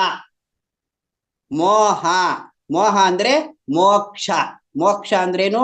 ಮೋಹ ಪ್ಲಸ್ ಕ್ಷಯ ಮೋಕ್ಷ. ಮೋಹವನ್ನು ಕ್ಷಯ ಮಾಡಿಕೊಳ್ಳುವುದು, ಲಯ ಮಾಡಿಕೊಳ್ಳುವುದು. ಮೋಹ ಇಲ್ದೇ ಮಾಡ್ಕೊಳ್ಳೋದು. ಮನಯೇವ ಕಾರಣ ಬಂಧನ ಮೋಕ್ಷ ಅಂತ ಹೇಳಿದ್ದಾರೆ. ಮನಸ್ಸು ಯಾವ್ದಕ್ಕೆ ಎಲ್ಲದಕ್ಕೆ ಕಾರಣ ಇದೆ ಯಾವುದು? ಮನಸ್ಸು. ಮೋಹಕ್ಕೆ ಮತ್ತು ಬಂಧನ ಇಲ್ಲಿ ಸಂಸಾರಕ್ಕೂ ಮನಸ್ಸೇ ಕಾರಣ, ಮೋಕ್ಷ ಕೂಡ ಮನಸ್ಸೇ ಕಾರಣ. ಮೋಕ್ಷ ಬೇಕು ಅನ್ಕೊಂಡ್ ಕೂಡ ಧ್ಯಾನ ಮಾಡಬಾರ್ದು. ನಾವು ಧ್ಯಾನಕ್ಕೋಸ್ಕರ ಧ್ಯಾನ ಮಾಡ್ಬೇಕು, ಧ್ಯಾನಕ್ಕೋಸ್ಕರ ಧ್ಯಾನ ಮಾಡ್ಬೇಕು. ಇವೆಲ್ಲವನ್ನು ಕಳ್ಕೋಬೇಕಂದ್ರೆ ವಸ್ತುಗಳ ಮೇಲಿನ ಅತಿಯಾದ ಪ್ರೀತಿಯನ್ನು ಬಿಡುವುದೇ ಹೊರತು ವಸ್ತುಗಳನ್ನು ಬಿಡುವುದಲ್ಲ. ಮೋಹ ಬಿಡ್ರಿ ಅಂದ್ರೆ ಏನು? ಇವ್ರೇನೋ ಮೋಹ ಬಿಡ್ರಿ ಅಂತ ಹೇಳ್ತಾವ್ರೆ, ಹೆಂಡತಿ ಬಿಟ್ಬಿಟ್ಟು ಹೊರಟೋಗ್ಬೇಕಾ? ನಮ್ಮಲ್ಲಿರೋ ದುಡ್ಡೆಲ್ಲಾನು ಬಿಟ್ಬಿಟ್ಟು ಹೊರಟೋಗ್ಬೇಕಾ? ಬಿಲ್ಡಿಂಗ್ ಎಲ್ಲ ಬಿಟ್ಟು ಹೊರಟೋಗ್ಬೇಕಾ? MLA ಪದವಿ ತ್ಯಾಗ ಮಾಡ್ಬೇಕಾ ಅಂತ ಅಲ್ಲ. MLAನೂ ಆಗಿರು, MP ನೂ ಆಗಿರು, ಏನು ಜಿಲ್ಲಾ ಪರಿಷತ್ ಮೆಂಬರು ಆಗಿರು, ಅದರಲ್ಲಿ ಆ ಪರಮಾತ್ಮನ ಸೇವೆ ಅಂತ ಮಾಡು. ನೀನು ನಿಷ್ಕಲ್ಮದಿಂದ ಕೆಲಸವನ್ನ ಮಾಡು. ಆ ಪರಮಾತ್ಮ ನನಗೊಂದು ಇದನ್ನ ಏನು ಅವಕಾಶ ಕೊಟ್ಟಿದ್ದಾನೆ, ಭಗವಂತ ನನಗೆ ಸೇವೆಯನ್ನು ಮಾಡೋಕೆ ಅವಕಾಶ ಕೊಟ್ಟಿದ್ದಾನೆ ಅನ್ಕೊಂಡು ಸೇವೆಯನ್ನು ಮಾಡು. ಸೇವೆಯನ್ನ ಸದ್ವಿನಿಯೋಗ ಮಾಡು. ನೀನು ಇವಾಗ ಅಧಿಕಾರ ಬಂದಿದೆ ಅಂದ್ರೆ ಎಷ್ಟೋ ಜನ್ಮದ ಪುಣ್ಯ ಮಾಡಿ ಅಧಿಕಾರ ಬಂದಿದೆ. ಆದ್ರೆ ಈಗ ಏನ್ ಮಾಡ್ತಾ ಇದ್ದಾರೆ? ಅಧಿಕಾರವನ್ನ ದುರುಪಯೋಗ ಆಗ್ತಾ ಇದೆ. ಜನಗಳಿಗೆ ಅಧಿಕಾರ ನೇರವಾಗಿ ಸಿಗ್ತಾ ಇಲ್ಲ. ಅದಕ್ಕಲ್ಲ ರೀ ಅವ್ರನ್ನ ಮಾಡಿರೋದು ನಾವು. ನಮ್ಗೆ ತಿಳುವಳಿಕೆ ಇಲ್ಲ, ನಮ್ಗೆ ಅರಿವು ಮೂಡಿಸೋದಿಕ್ಕೆ, ಜನಗಳಿಗೆ ಅಧಿಕಾರ ಡೈರೆಕ್ಟ್ ಆಗಿ ಅಧಿಕಾರ ಸಿಕ್ಕೋದಿಕ್ ಮಾಡಿರೋದು. ಅದಕ್ಕೋಸ್ಕರ ಅಧಿಕಾರ ಸಿಕ್ಕಿದ್ದನ್ನ ಉಪಯೋಗ ಪಡಿಸ್ಕೋ. ಅಧಿಕಾರ ಅಲ್ವಾ? ರಾಜಕೀಯ ಮಾಡ್ಬೇಕು. ಪತ್ರಿಜಿಯವರು ಹೇಳ್ತಾರೆ, ರಾಜಕೀಯ ರಾಜಕಾರಣಿಗಳು ಆಧ್ಯಾತ್ಮಿಗಳಾಗ್ಬೇಕು, ಇಲ್ದ್ರೆ ಆಧ್ಯಾತ್ಮಿಗಳು ರಾಜಕಾರಣಿಗಳಾಗ್ಬೇಕು ಅಂತ ಹೇಳ್ತಾರೆ. ಆ ರೀತಿ ಸೇವೆಯನ್ನ ಮಾಡ್ಬೇಕೇ ಹೊರತು ನಾನು MLA ಆಗಿದ್ದೀನಿ, ನನ್ನಿಂದನೇ ಆಗ್ತಾ ಇದೆ, ನನ್ನ ಮಗನೇ ಮತ್ತೆ MLA ಆಗ್ಬೇಕು, ಯಾರೋ ಒಬ್ರು ಆಗ್ಬೇಕು. ಅಧಿಕಾರವನ್ನ ಉಪಯೋಗಿಸಿಕೊಂಡು ಜನಗಳಿಗೆ ಸೇವೆಯನ್ನು ಮಾಡುವುದಕ್ಕೆ ಅಧಿಕಾರ ಸಿಕ್ಕಿದೆ ಅನ್ಕೊಂಡು ಸೇವೆ ಮಾಡುವುದು. ಮಕ್ಳ ಮೇಲೂ ಅಷ್ಟೇ. ಹೆಂಡತಿ ಏನು ಡ್ರಾಮಾ, ಹೆಂಡತಿ ಈ ಜನ್ಮದಲ್ಲಿ ಇವ್ರು ನನಗೆ ಬಂದಿದ್ದಾರೆ, ಅವ್ರ ಪಾತ್ರ ಇದೆ, ಅವ್ರ ಜೊತೆ ನಾನು ಪಾತ್ರ ಮಾಡ್ತಾ ಇದ್ದೀನಿ ಅನ್ಕೊಂಡು ಪಾತ್ರ ಮಾಡ್ಬೇಕು. ಇದು ನಿಜ ಅಲ್ಲ, ಡ್ರಾಮಾ. ಶೇಕ್ಸ್ಪಿಯರ್ ಹೇಳ್ತಾರಲ್ಲ, the whole world is drama stage, you are part and depart actresses ಅಂತ ಹೇಳ್ತಾರೆ. ಇಡೀ ಪ್ರಪಂಚವೆಲ್ಲವೂ ಒಂದು ಡ್ರಾಮಾ ಸ್ಟೇಜ್, ನಾವು ಬಂದು ಹೋಗುವ ಪಾತ್ರಗಳು ಅಲ್ವಾ? ಬಂದು ಹೋಗುವ ಪಾತ್ರಗಳು, ಹೋಗ್ಬೇಕು ಬರ್ಬೇಕು, ಹೋಗ್ಬೇಕು ಬರ್ಬೇಕು, ಈ ಪಾತ್ರಧಾರಿಗಳು ನಾವು. ನಮ್ಮ ಪಾತ್ರ ಬಂದಾಗ ನಾವು ಹೆಂಡತಿ ಪಾತ್ರನೂ ಮಾಡಿದೀವಿ, ಗಂಡನ ಪಾತ್ರನೂ ಮಾಡಿದೀವಿ, ಮಗನ ಪಾತ್ರನೂ ಮಾಡಿದೀವಿ, ತಂದೆ ಪಾತ್ರನೂ ಮಾಡಿದೀವಿ, ತಾಯಿ ಪಾತ್ರನೂ ಮಾಡಿದೀವಿ, ಹೆಣ್ಣು ಆಗಿ ಹುಟ್ಟಿದೀವಿ, ಗಂಡು ಆಗಿ ಹುಟ್ಟಿದೀವಿ. ಎಲ್ಲಾ ಜನ್ಮಗಳಲ್ಲಿ, ಎಲ್ಲಾ ಕುಲಗಳಲ್ಲಿ, ಎಲ್ಲಾ ಮತಗಳಲ್ಲಿ, ಎಲ್ಲಾ ಪ್ರಾಂತಗಳಲ್ಲಿ, ಎಲ್ಲಾ ದೇಶಗಳಲ್ಲಿ ಕೂಡ ನಾವು ಜನ್ಮ ತಗೊಂಡು ಬಂದಿದೀವಿ. ನಾವು ಇವೆಲ್ಲವನ್ನು ಜನ್ಮ ತಗೊಂಡು ಬಂದು ಇದ್ದೀವಿ ನಾವು. ಇದೇ ಜನ್ಮ ಫಸ್ಟ್ ಜನ್ಮ ಅಲ್ಲ, ಈ ಜನ್ಮ ಏನಲ್ಲ. ಎಲ್ಲವನ್ನು ಪಾಠ ಕಲಿತು ಇಲ್ಲಿ ಪಾಠ ಕಲಿಯಕ್ ಬಂದಿದೀವಿ. ಹಾಗಾಗಿ ಇಲ್ಲಿ ಯಾರು ಮೇಲೂ ಇಲ್ಲ, ಯಾರು ಕೀಳು ಇಲ್ಲ, ಯಾರು ಪುರುಷ ಅನ್ನೋ ಭಾವನೆನೂ ಇಲ್ಲ, ಸ್ತ್ರೀಯ ಅನ್ನೋ ಭಾವನೆನೂ ಇಲ್ಲ ಅಂತಕ್ಕಂಥದ್ದನ್ನ ಮನ್ಸಲ್ಲಿ ಇಟ್ಕೊಂಡು ಪ್ರಾಪಂಚಿಕದಲ್ಲಿ ಅವ್ರ ಹೆಂಡ್ತಿನೇ, ನಾನು ಗಂಡನೇ, ಅವ್ರ MLAನೇ, ನಾನು MLA ಡ್ರೈವರ್ರೇ ಅಂತ ಆ ಪ್ರಾಪಂಚ ನೋಡುವಾಗ ಮಾತ್ರ ಆ ದೃಷ್ಟಿ ಇರ್ಬೇಕು. ಅವನ್ ಆಗ್ಲಿ ಇವಾಗ MLA ಡ್ರೈವರ್ ಅಂತ ಹೇಳ್ಬಿಟ್ಟು MLA ಹಿಂದೆ ಕೂತ್ಕೊಂಡು ನಾನು ಡ್ರೈವ್ ಮಾಡ್ತೀನಿ ಬಾಪ್ಪ, ನಾನು ಒಂದೇ ನೀನು ಒಂದೇ ಅಂತ ಹೇಳಿ ಅಂತಲ್ಲ. ಮನ್ಸಲ್ಲಿ ಅವನು ಒಂದೇ ನಾನು ಒಂದೇ, ಪ್ರಾಪಂಚಿಕದಲ್ಲಿ ಅವನ ಕೆಲಸ ಅವನ್ ಮಾಡ್ತಾ ಇದ್ದಾನೆ, ನನ್ನ ಕೆಲಸ ನಾನ್ ಮಾಡ್ತೀನಿ ಅನ್ನೋ ಭಾವನೆಯನ್ನ ಇಟ್ಕೊಂಡು ನಡ್ಕೊಂಡು ಹೋಗ್ಬೇಕು. ಅದನ್ನೇ ವಸಿಷ್ಠರು ಪ್ರಾಪಂಚಿಕದಲ್ಲಿ ದ್ವೈತ್ವ, ಆಧ್ಯಾತ್ಮದಲ್ಲಿ ಅದ್ವೈತ್ವ ಅಂತ ಹೇಳಿದ್ದಾರೆ. ಪ್ರಾಪಂಚಿಕದಲ್ಲಿ ಹಂಗೆ ನೋಡು ನೀನು ಅಲ್ವಾ? ಪ್ರಾಪಂಚಿಕದಲ್ಲಿ ಅವ್ನು ಡ್ರೈವರ್ ಅಂತಾನೆ ನೋಡು, ನೀನ್ MLA ಅಂತ. ಆದ್ರೆ ಒಳಗಡೆ ಮನಸ್ಸಲ್ಲಿ ಅವನು ಒಂದು ಆತ್ಮನೇ, ಕೆಲಸ ನಾನ್ ಮಾಡಕ್ ಬಂದಿದ್ದಾನೆ ಅಂತ ಭಾವನೆಯನ್ನ ಇಟ್ಕೊಂಡು ನಾವು ಇಲ್ಲಿ ಸಂಪೂರ್ಣವಾಗಿ ನಮ್ಮ ಜೀವನವನ್ನ ಕೊನೆಗೊಳಿಸ್ಕೊಂಡು ಹೋದಾಗ ಅಲ್ಲಿ ನಾವು ಅದೇ ಸಾಯುವುದಕ್ಕಿಂತ ಮುಂಚೆ ಸಾಯುವುದು ಅಂದ್ರೆ ಈ ವಿಚಾರಗಳೆಲ್ಲವನ್ನು ನಾವು ತಿಳಿದುಕೊಳ್ಳುವುದು. ಸಾಯುವುದಕ್ಕೆ ಮುಂಚೆ ಸಾಯೋದು ಅಂತಂದ್ರೆ ಈ ವಿಚಾರಗಳು ಎಲ್ಲವನ್ನು ತಿಳ್ಕೊಂಡು ಹೋದಾಗ ನಾವು ಡೈರೆಕ್ಟ್ ಆಗಿ ನಾವಲ್ಲಿ ಇದಕ್ಕೆ ಹೊರಟು ಹೋಗ್ತೀವಿ. ಮತ್ತೆ ಇದನ್ನೆಲ್ಲ ನಾವು ತಿಳ್ಕೋಬೇಕು ಅಂದ್ರೆ ಒಂದು ಹೆಂಡತಿ ಮಕ್ಳ ಮೇಲಾಗ್ಲಿ ಮಮಕಾರ ಬಿಡಬೇಕು ಅಂತಂದ್ರೆ ಏನ್ ಮಾಡ್ಬೇಕು ಅಂದ್ರೆ ಧ್ಯಾನ ಮಾಡಬೇಕು. ಇಲ್ಲಿ ಬಹಳ ಮುಖ್ಯವಾಗಿ ಗಮನಿಸಬೇಕು. ಧ್ಯಾನ ಮಾಡದ ಹೊರತು ನಿನಗೆ ಈ ಮಮಕಾರ ಮೋಹ ಎಂದು ಕಡಿಮೆ ಆಗಲ್ಲ. ಧ್ಯಾನದಿಂದ ಮಾತ್ರ ಸಾಧ್ಯ. ಪೂಜೆಯಿಂದಲಾಗ್ಲಿ, ಜಪದಿಂದಲಾಗ್ಲಿ, ಮಂತ್ರದಿಂದಲಾಗ್ಲಿ ಇದು ಸಾಧ್ಯವಿಲ್ಲ. ಇದನ್ನ ಕಡಿಮೆ ಮಾಡ್ಕೊಳಕ್ ಆಗಲ್ಲ. ಅದಕ್ಕೆ ಪತ್ರಿಜಿಯವರು ಎಲ್ಲಾ ವಿಧಾನಗಳನ್ನು ಎಲ್ಲವನ್ನು ನೋಡ್ ಬಂದಿದ್ದಾರೆ. ಎಲ್ಲಾ ಸಂಸ್ಥೆಗಳಿಗೂ ಹೋಗಿ ಬಂದಿದ್ದಾರೆ. ಎಲ್ಲಾ ಸಂಸ್ಥೆಗಳಿಗೂ ಹೋಗಿ ಎಲ್ಲವನ್ನ ಪರಿಶೀಲಿಸಿ ಏನ್ ಮಾಡಿದವರು, ಓಹೋ ಧ್ಯಾನದಿಂದ ಮಾತ್ರ ಇದು ಸಾಧ್ಯ ಅಂತೇಳಿ. ಅದು ಯಾವ ಧ್ಯಾನ? ಆನಾಪಾನ ಸತಿ ಧ್ಯಾನ. ಅಂದ್ರೆ ಉಸಿರಾಟದ ಮೇಲೆ ಗಮನ ಕೊಟ್ಟು ಧ್ಯಾನ ಮಾಡಿದಾಗ ಮಾತ್ರ ನಮ್ಗಿದ್ ಸಾಧ್ಯ ಅಂತ ಕಂಡ್ಕೊಂಡ್ರು ಪತ್ರಿಜಿಯವರು. ಅದಕ್ಕೆ ಮೇನ್ ಹೇಳಿದ್ರು, ಧ್ಯಾನವೆಂದರೆ ಉಸಿರಾಟದ ಮೇಲೆ ಗಮನವೇ ಹೊರತು ಧ್ಯಾನವೆಂದರೆ ಸಂಗೀತದ ಮೇಲೆ ಗಮನನೂ ಅಲ್ಲ, ಮಾತಿನ ಮೇಲೆ ಗಮನನೂ ಅಲ್ಲ. ಧ್ಯಾನ ಸೈಲೆಂಟ್ ಆಗಿ ಧ್ಯಾನ ಮಾಡ್ಬೇಕು. ಸೈಲೆಂಟ್ ಆಗಿ ಧ್ಯಾನ ಮಾಡಿದ್ರೆ ಮಾತ್ರ ಅಲ್ವಾ ನಮ್ದು ಮನಸ್ಸು ಶೂನ್ಯ ಆಗುತ್ತೆ. ಇಲ್ದ ಇದ್ರೆ ಅವೆಲ್ಲ ಏನೋ ಹೊಸ್ತಾಗಿ ಬಂದವ್ರಿಗೆ, ಧ್ಯಾನ ಕೂತ್ಕೊಳ್ಳೋರ್ಗೆ ಮಾತ್ರ ಸಾಧ್ಯ. ಕೂತ್ಕೊಳ್ಳಕ್ಕೆ ಆಗಲ್ವಲ್ಲ ಅಂದ್ರಲ್ಲ, ಅವ್ರಿಗೆ ಮಾತ್ರ ಈ ಮ್ಯೂಸಿಕ್ ಆಗ್ಲಿ. ಇನ್ನೊಂದು ಮನೆ ಪ್ಯಾರಾವರಂಗೆ ಹೋಗಿದ್ವಿ ನಾವು. ಪ್ಯಾರಾವರಂನಲ್ಲಿ ಧ್ಯಾನ ಜ್ಞಾನ ಒಗಾದಿ ಇತ್ತು. ಪತ್ರಿಜಿ ಮೇಡಮ್ ಅವ್ರು ಹೇಳಿದ್ರು, ಏನ್ ಹೇಳಿದ್ರು, ಇದು ನಾವು ಧ್ಯಾನ ಅಂತಂದ್ರೆ ಉಸಿರಾಟದ ಮೇಲೆ ಗಮನವೇ ಹೊರ್ತು ಗೈಡಿಂಗ್ ಆಗ್ಲಿ ಇನ್ನೊಂದಾಗ್ಲಿ ಗುಡಾಕೇಶನೂ ಇಲ್ಲ. 6ನೇ ಅಧ್ಯಾಯದಲ್ಲಿ 16ನೇ ಶ್ಲೋಕದಲ್ಲಿ ಹೇಳಿದ್ದಾರೆ ನೋಡಿ, ಶ್ರೀಕೃಷ್ಣ ಪರಮಾತ್ಮರು ಏನ್ ಹೇಳಿದ್ದಾರೆ ನೋಡಿ. ಯಾರಾದ್ರೂ 6ನೇ ಅಧ್ಯಾಯ 16ನೇ ಶ್ಲೋಕ. ಹೆಚ್ಚಾಗಿ ತಿನ್ನುವವನಿಗೆ, ತಿನ್ನದೇ ಇರುವವನಿಗೆ, ನಿದ್ದೆ ಮಾಡದೇ ಇರುವವನಿಗೆ, ಹೆಚ್ಚಾಗಿ ನಿದ್ದೆ ಮಾಡುವವನಿಗೆ ಯೋಗವು ಸಿದ್ಧಿಯಾಗುವುದಿಲ್ಲ. ಯಾರು ಯಾವ ದುಡ್ಡು ಕೊಟ್ಟು ಯಾವ ಗುಡಾಕೇಶಗೂ ಹೋಗ್ಬೇಕಾಗಿಲ್ಲ, ಎಲ್ಗೂ ಹೋಗ್ಬೇಕಾಗಿಲ್ಲ. ಮನೆಯಲ್ಲೇ ಕೂತ್ಕೊಂಡು ಎಷ್ಟು ಸಾಧ್ಯವೋ ಅಷ್ಟು ಧ್ಯಾನವನ್ನ ಮಾಡಿ ಶಕ್ತಿಯನ್ನು ಸಂಪಾದನೆ ಮಾಡ್ಕೋಬಹುದು. ಏನೋ ಅವ್ರ ಶಕ್ತಿ ಇದ್ರೆ ಪಿರಮಿಡ್ ಕಟ್ಕೋಬಹುದು. ಪತ್ರಿಜಿ ಅವ್ರು ಏನ್ ಹೇಳಿದ್ರು, ನಿಮ್ಗೆ ಶಕ್ತಿ ಇದ್ರೆ ಮಾತ್ರ ಪಿರಮಿಡ್ ಕಟ್ಟಿ. ಸುಮ್ಮನೆ ಬದಲಾಕೊಂಡು ಅವ್ರನ್ನ ಕೇಳಿ ಇವ್ರನ್ನ ಕೇಳಿ ಪಿರಮಿಡ್ ಕಟ್ಟೋದೇನು ಅವಶ್ಯಕತೆ ಇಲ್ಲ. ನಿಮ್ಗೆ ಶಕ್ತಿ ಇದ್ರೆ ನೀವು ಪಿರಮಿಡ್ ಕಟ್ರಿ ಅಂತ ಹೇಳಿದ್ರು ಅಲ್ವಾ. ಇಲ್ಲಿ ಎಲ್ಲಿ ಕೂತ್ಕೊಂಡ್ರು, ನೀವು ಪಿರಮಿಡ್ ಅಲ್ಲೇ ಕೂತ್ಕೊಂಡ್ರು, ಎಲ್ಲೇ ಕೂತ್ಕೊಂಡ್ರು ಮನಸ್ಸು ಶೂನ್ಯ ಮಾಡೋದು ಮುಖ್ಯ. ಇಲ್ಲಿ ಧ್ಯಾನ ಅಂತಕ್ಕಂಥದ್ದು ಮಾಡುವುದಲ್ಲ. ಧ್ಯಾನ ಅಂತಕ್ಕಂಥದ್ದು ಘಟಿಸುವುದು, ಸಂಭವಿಸುವುದು ಧ್ಯಾನ ಅಂತಕ್ಕಂಥದ್ದು. ಈ ತಹ ಧ್ಯಾನ ಮಾಡಿದಾಗ ಮಾತ್ರ ನಮ್ಗೆ ಈ ಒಂದು ಸಾಯುವುದಕ್ಕಿಂತ ಮುಂಚೆ ಸಾಯ್ತೀವಿ ನೋಡಿ. ಸಾಯುವುದಕ್ಕಿಂತ ಮುಂಚೆ ಸಾಯ್ಬೇಕಾದ್ರೆ ನಾವೇನ್ ಮಾಡ್ಬೇಕು ಅಂದ್ರೆ, ಫಸ್ಟು ಆಹಾರ, ಶುದ್ಧ ಶಾಕಾಹಾರವನ್ನ ತಗೋಬೇಕು. ಆಧ್ಯಾತ್ಮಕ್ಕೆ ಸಂಬಂಧಪಟ್ಟಂತಹ ಪುಸ್ತಕಗಳನ್ನ ಓದ್ಬೇಕು. ಆನಾಪಾನಾಸತಿ ಧ್ಯಾನವನ್ನೇ ಮಾಡ್ಬೇಕು. ಮತ್ತೆ ಅಂತ ಆತ್ಮಜ್ಞಾನಿಗಳು ಬೋಧಿಸುವಂತಹ ಸಾಂಗತ್ಯವನ್ನ ಮಾಡ್ಬೇಕು. ಇವೆಲ್ಲವನ್ನು ಮಾಡುವುದರಿಂದ ನಾವು ಒಂದು ಆತ್ಮಜ್ಞಾನಿಯಾಗಿ ಬೆಳಿತೀವಿ. ನಮ್ಮ ಆತ್ಮಜ್ಞಾನ ವೃದ್ಧಿ ಆಗುತ್ತೆ ಅಲ್ವಾ. ಇವು ಮಾಡ್ಲೇಬೇಕು. ಮತ್ತೆ ನನಗೆ ಅವಕಾಶ ಮಾಡಿಕೊಟ್ಟ ಎಲ್ಲರಿಗೂ ಶರಣಾರ್ಥಿಗಳು. ಇನ್ನು ಸಮಯ ಸಿಕ್ಕಾಗ ಮುಂದಿನ ಸತ್ಸಂಗದಲ್ಲಿ ಇನ್ನ ವಿಚಾರಗಳನ್ನು ತಿಳ್ಕೊಳ್ಳೋಣ. ಮತ್ತೆ thank you. Sir, thank you. ಅದ್ಭುತವಾಗಿತ್ತು ಸರ್. ಮರಣಿಸೋದಕ್ಕಿಂತ ಮುಂಚೆ ಅಂದ್ರೆ ನಮ್ಮ ಮರಣನ ನಾವು ಇಲ್ಲೇ ತಿಳ್ಕೊಬಹುದು ಅಂತ. ಅಂದ್ರೆ ನಾವು ಆಕಾಶಿಕ್ ರೆಕಾರ್ಡಿಂಗ್ ಅಂತ ಏನ್ ಹೇಳ್ತೀವ, ಅಂದ್ರೆ ನಾವು ಆತ್ಮಜ್ಞಾನ ಇಲ್ಲೇ ಮಾಡ್ಕೊಂಡು ನಾವು ಅದಕ್ಕೆ ಅರಿವಿನಿಂದ ಮಾಡ್ಬೇಕು ಅಂತ ನೀವು ಹೇಳೋದಲ್ವಾ ಸರ್. ಅಂದ್ರೆ ಯಾವ್ದೇ ಕೆಲಸ ಮಾಡ್ಬೇಕಾದ್ರೂ ಅರಿವಿನಿಂದ ಮಾಡ್ಕೊಂಡ್ರೆ ನಮ್ಮ ಮರಣಗಳು ನಾವೇ ಇಲ್ಲಿ ಬರ್ಕೋಬಹುದು ಅಂತ. ಹಾ, ತುಂಬಾ ಚೆನ್ನಾಗಿದೆ ಸರ್. ತುಂಬಾ ಚೆನ್ನಾಗಿ, ತುಂಬಾ ಸುಂದರವಾಗಿ ಹೇಳಿದೀರಾ. ಇದೆಲ್ಲ ನಮ್ಗೆ ಬೇಕಾಗುತ್ತೆ ಮಾಸ್ಟರ್ಸ್.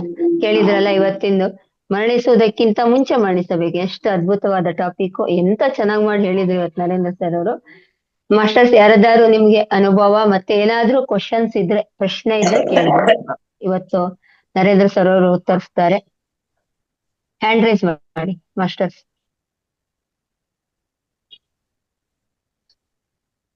ಪ್ರದೀಪ್ ಜಿ ಗುರುಗಳು ಏನ್ ಹೇಳಕ್ ಇಷ್ಟಪಡ್ತೀರಾ?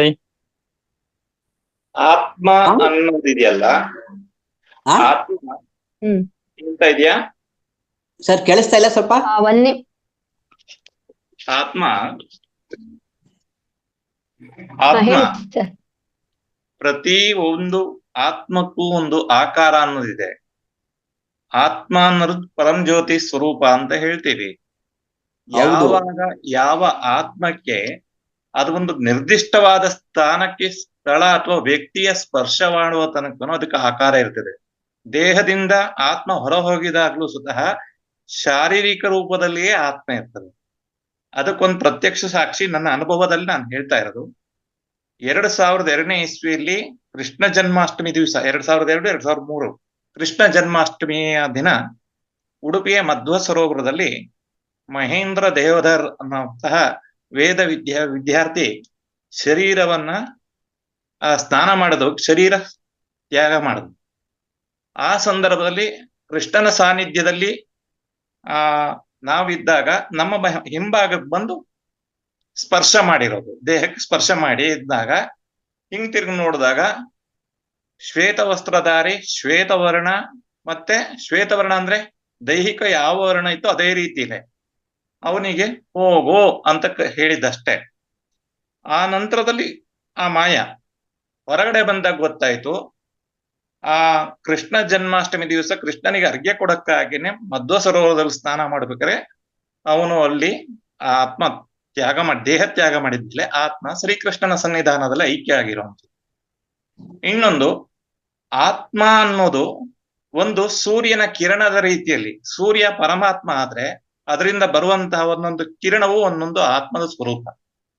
ಪ್ರತಿಯೊಬ್ಬರಲ್ಲಿರುವಂತಹ ಆತ್ಮವು ಕಿರಣ ರೀತಿಯಲ್ಲಿ ಇರ್ತದೆ ಹೊರತು ಸೂರ್ಯನ ರೀತಿಯಲ್ಲಿ. ಆದ್ರೆ ಸೂರ್ಯನ ಪ್ರತೀಕವಾದ ಕಿರಣವೇ ಆತ್ಮ.